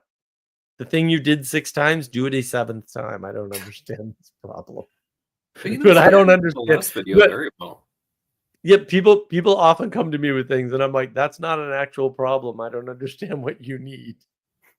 What are you talking about? Lynn, suicidal empathy. Gad said, yeah, empathy is evil unless you're a mother with a child under the age of 5. I'm going to die on that hill for sure because Manuel and I worked that out and it's solid. Empathy is bad. Bad, bad, bad. Unless you're a mother and you can have empathy towards your child under the age of 5. After that, you cannot do that anymore. Don't do that. Yeah, the individualism focuses you inward and you know that and you feel guilty and you want connection. So, see, even Lynn knows, can confirm. Excellent. So what happens is they redirect your narcissism outward, but it's still individualistic, right?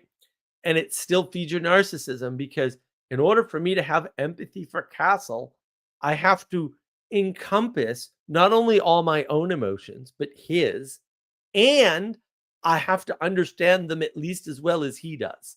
That's what empathy means. And I can't do that. I don't even understand my own emotions.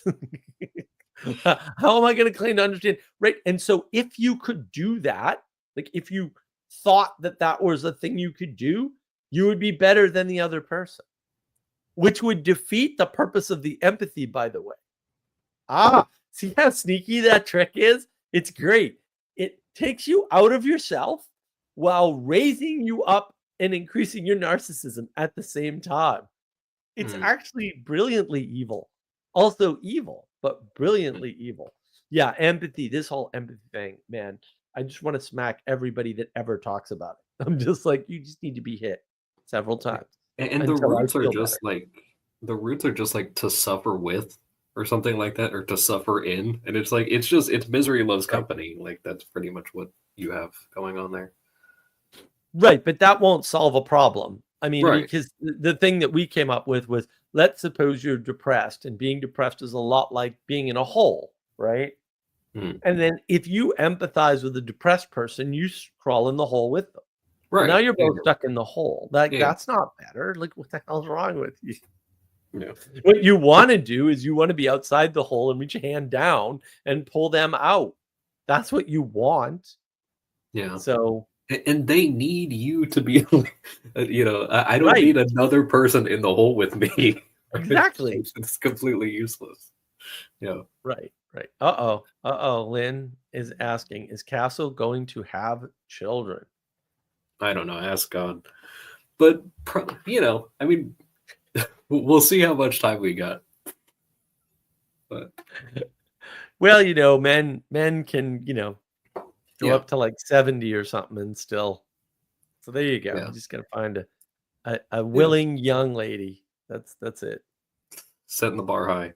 The yeah, I don't know. That's one of those things. Like I've always wanted to, but I got work to do for right now. No. Look, Sally let you off the hook. Not right now, Lynn. Yeah, exactly. That's what's funny is I've actually told people this, like not specifically the editing thing, like I gotta put up having a family because I gotta finish Mark's book, but completely deranged. But the fact is that I've flat out told people, like I see it very clearly, that it's like no, I'm developing certain skills and relationships and things like that that are really necessary, and I can actually see will be relevant in the future for a lot of things. A lot of stuff I didn't even know that I needed, but I'm noticing like, oh, this will be relevant to the story later, And so I see a lot of that, Right. but I also realize like I see a lot of people who are involved in projects that I'm on, and a lot of them are married and have kids, and they don't have time for that. And they are trying to, like, there's one guy in particular, very nice guy, but he was on a group for projects that I was on, I'm still on, and the guy just completely fell off the map. He's got like a 1-year-old or 2-year-old or something like that. And it's just like, right. I'm not like he is doing a better thing by attending to his state in life. But the Right. fact is that were my state in life different than it is now, I could not do most of the things that I'm doing.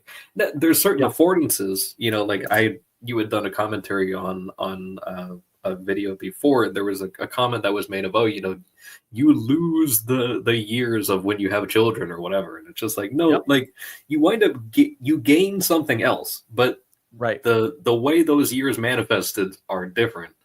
And so right now, like there's a certain number of things that need to manifest before that affordance can be, you know, Well, allowed. Like, because it's not and about me. yeah, and I think that the real problem is things like we'll get married or have kids.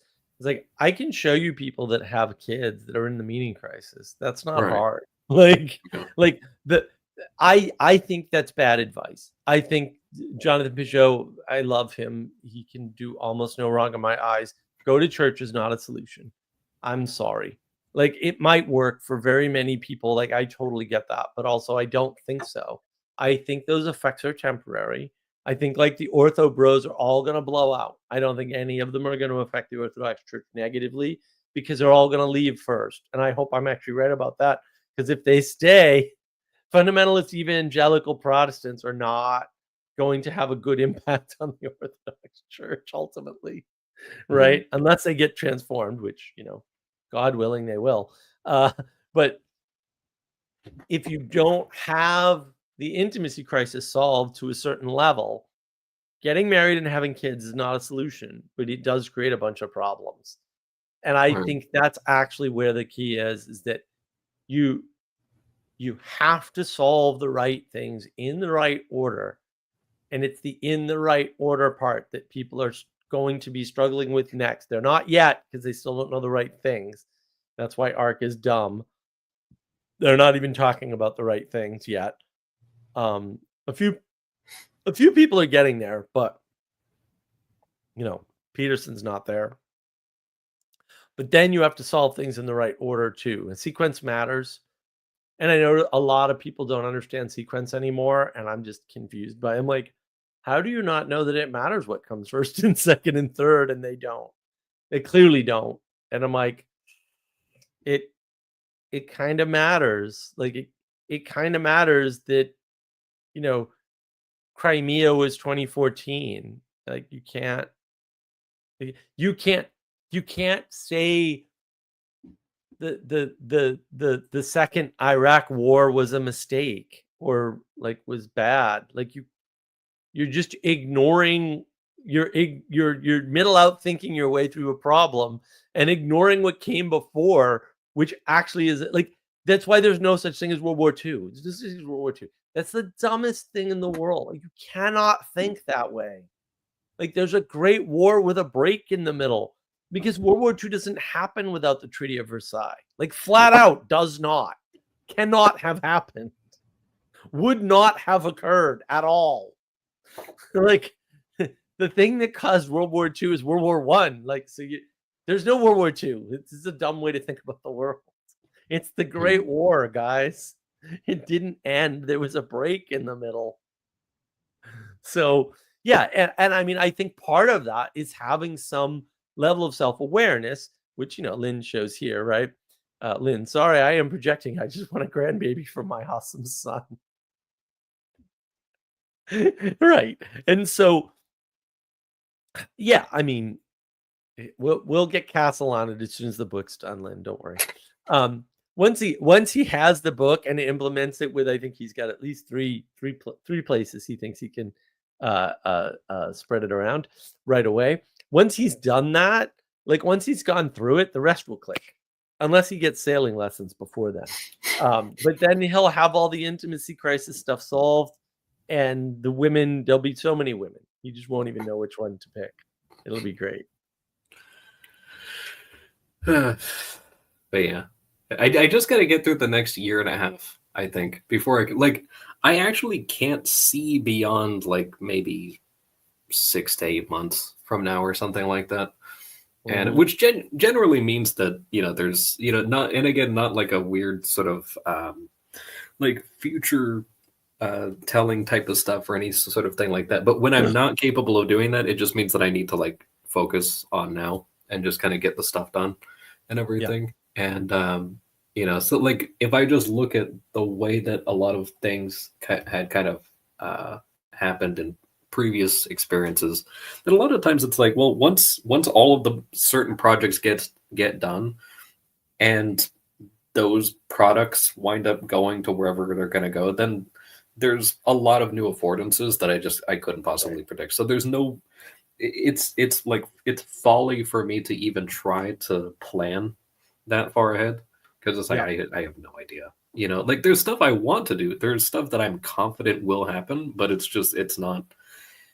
If I try to control the timeline, then I'm gonna screw it up. So it's just like I have to surf it. Like that's the only way.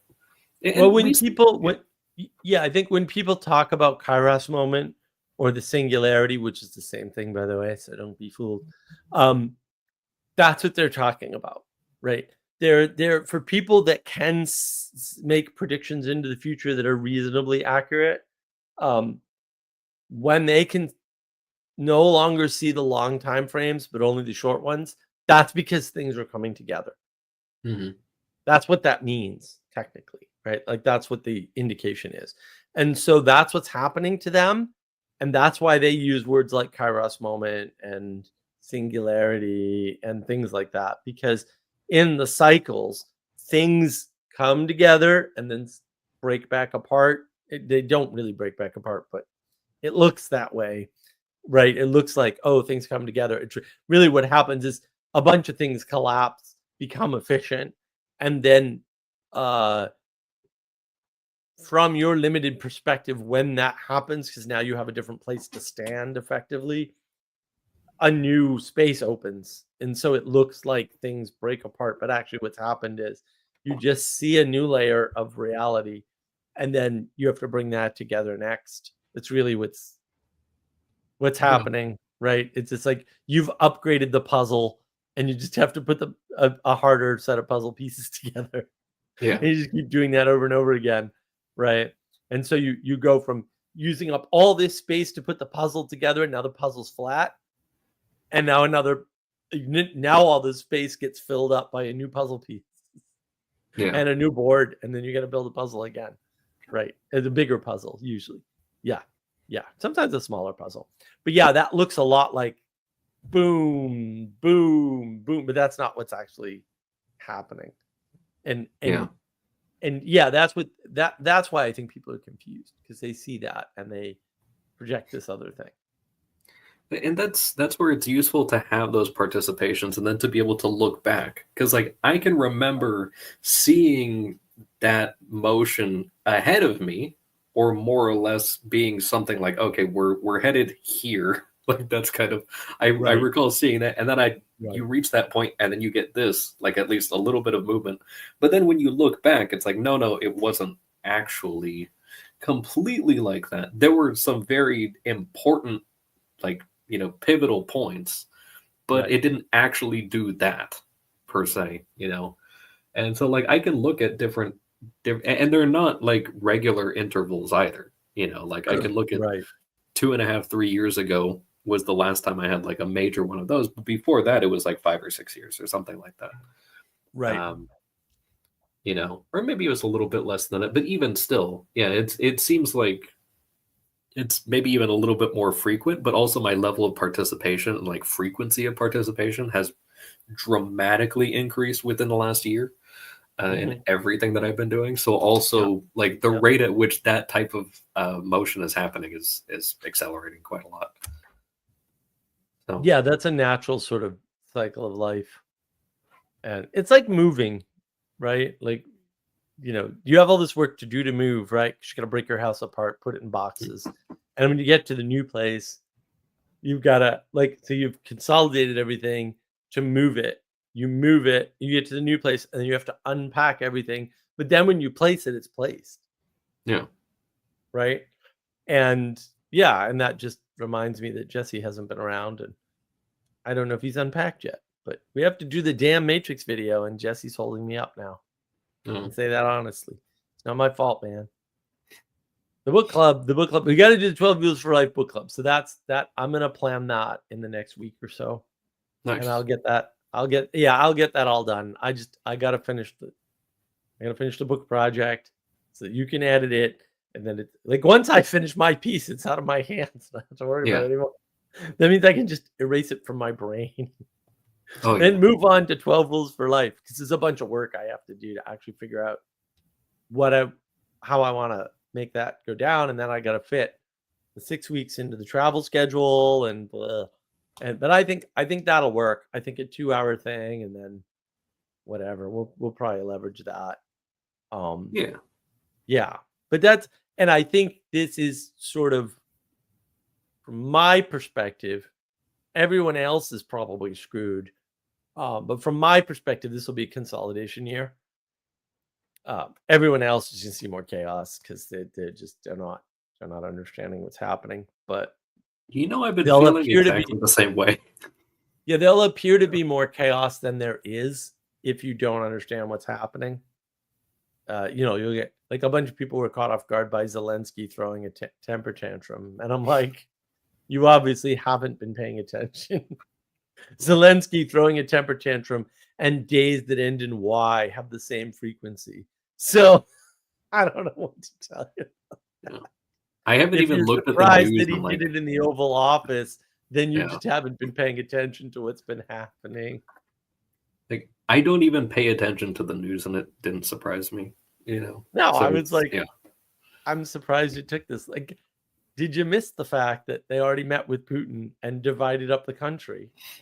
And they were just meeting with Zelensky to formalize it. And of course he wasn't going to be happy with that. Do you think he's a world leader? They invited him to Davos and all that. Ukraine had never been there before. What are you thinking? They're not part of the G8. Ukraine's a tiny little clown country run by an actual clown. Come on. Really? If that's what caught you off guard, you're going to have a rough year. That's all I have to say. But for me, at least, and I think the chaos will probably increase in general, just not as much as it will appear. But for me, I think this is going to be a consolidation year. I think hopefully things will start to coalesce a bit, and things will start to form better, and I'll get some momentum, hopefully, and we'll get the book out. We'll get the dog-headed book is actually for sale right now. So if you want to buy a dog-headed book on the shop, you can. The link should be in the description below. You go to markofwisdom.org/shop and go get a dog-headed book. So those should be available already for US.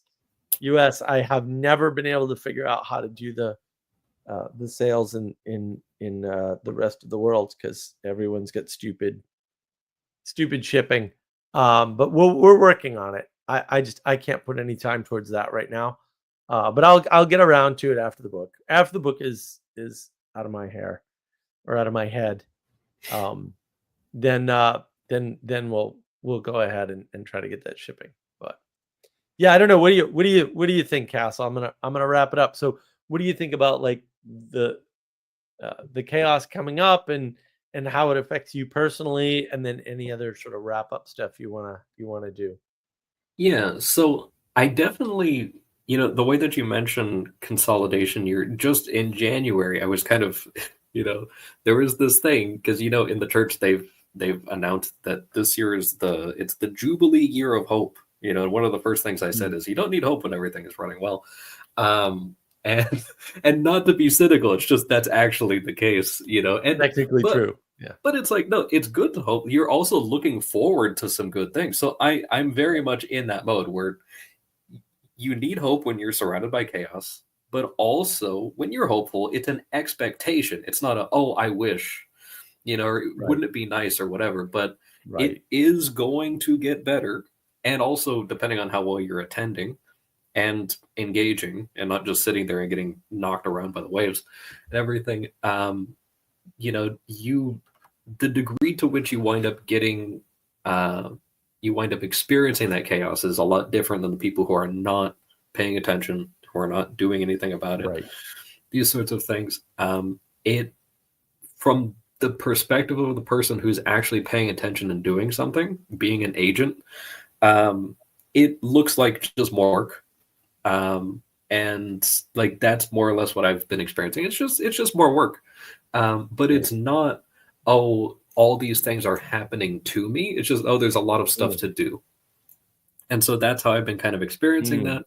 There are certain things that if things actually do get as chaotic as I hope they do not, that might result in certain amounts of work that would be nice to not do, but I have been actively making preparation. Like that's one of those things, especially when if you have a feeling that, oh, I think this is going to happen. I'm hopefully wrong, but also I am making a lot of preparations as if, and there's a surprising amount of things that are going very well in making those preparations, which makes me even more suspicious. But I don't want to be overly apathetic. Like I came out pro apophenia earlier, but at the same time, I don't want to make too wide of associations. We'll find out if it's about to happen. I'll let you know. But otherwise, you'll probably get a week's notice. But otherwise, I think it's just a lot of work, And I've been seeing this in my surrounding community. There's lots of little things that are not starting, but they are being revivified this year. Lots of things that they say, oh, we got established in 2020 right at the beginning of it, and then you had quarantines and you had all these different things going on, and we couldn't actually do our work, and we got knocked out. Nobody paid attention to us because we had all of our preparation for a big push years ago. Now we have actually done the repairs and we're ready to do it again this month or next month or whatever. And they're doing a good job. They're actually being intentional about what they're doing, and they're putting their will to it, and then they are actually making actions in the world, cooperating with each other, and they're outcompeting a lot of the people who are not doing that. So I think for, again, to your point, there's going to be a lot of people that are going to be doing stuff that appears maybe new, but is not. They're just consolidating and sort of regrouping for a new push to do some stuff. But I think there's a lot of people that maybe got complacent that are going to wind up probably having a bit of a rude awakening by the end of the year. So we'll see how it goes, but I'm here for it. Great. Yeah, that was very good. Yeah, I think that it really is the problem. Like if you're not used to navigating the world, orienting yourself in the world, mediating the world, right, with respect to yourself, like if you're treating the world as a video game, you're kind of screwed. The chaos is really going to be hard for you. But if you are used to those things, then yeah, you're right. Chaos is just more work. It's really not a showstopper for you, right? It's just more navigation, right? A little bit more effort. And yeah, I mean, I was a Boy Scout, so be prepared, right? Like, yeah, it's set up for these, bad. Like I've done that all along the way. I mean, when I bought this house, I was like, I had big plans. This is not supposed to go this way at all. But I was like, if I can't do any of the things I want and I buy this house, am I okay just like living out my life here with no changes? And the answer was yes. And that's why I bought it. Like that was a big part of the reason, right? I was like, oh, okay. If I can't get away with doing the other things that I want to do, which, with lawsuits and everything ended up no chance, right? Then I'm okay. Like I'm fine. I mean, I'm not going to be thrilled about it. Like I have some cool stuff going that I want to do still, right? And it doesn't look like any of it's going to happen. But we'll see if the consolidation occurs, and I'll be fine. Everything will get set up. I'll get a studio, right? I'll get better lighting and a better camera, the whole 9 yards. So if you see all that stuff, then the consolidation happened. And if you don't, then couldn't manage the chaos. So we'll find out. And a lot of it's just out of my control, right? A lot of stuff is just completely out of my control right now. And that's part of what we're all going through, And so if you're used to video game reality, this is going to be a rough year. It's going to be a real rough year. But if you're used to sailing on the ocean, you should be able to manage it. It shouldn't be that big a deal. And in chaos, there's always lots of opportunity. Always. There's always lots of opportunity. The more chaos there is, the more opportunity there is. And if you can grab that wind, ride that gust to the other end of the lake, it'll be a good thing. And that's what I want to leave people with. Like, just be prepared, right? Ride the wind, because there is wind. There's always wind. There's a little bit more, and it's a little bit more chaotic right now. But if you handle it, good things will come, and all will be well with the world. And take it easy this week. It might be the last quiet week for a while. And I don't know what the topic is going to be next week. I will try to pick a topic for next week. This just happened to work out really well because this is like perfect. There were way too many things that happened this week. I couldn't have put them in a thread if I wanted to. But I will go ahead and pick a topic. I have a lot more time this week. I was 3 days traveling to Florida, staying a day in Florida, traveling back from Florida. The day we had full day was rainy. I was like, what the hell? But we got in the pool and stuff, so it was okay. And then I was in Chapel Hill yesterday, visiting my cousin. Lovely, man, that's a lovely place. Chapel Hill, North Carolina is gorgeous. That campus is awesome. The University of North Carolina campus, Chapel Hill, is just beautiful. But yeah, we'll see. Next week should be a little bit easier.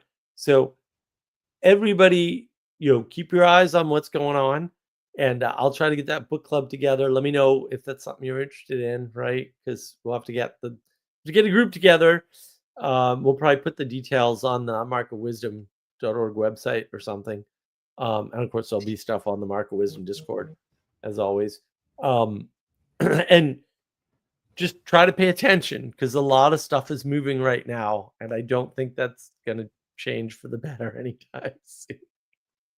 And the more local you pay attention, the better, because you have more control there. And everybody, look, have a great week. Take care of yourselves, and take care of the people near you, because we're going to need more of that.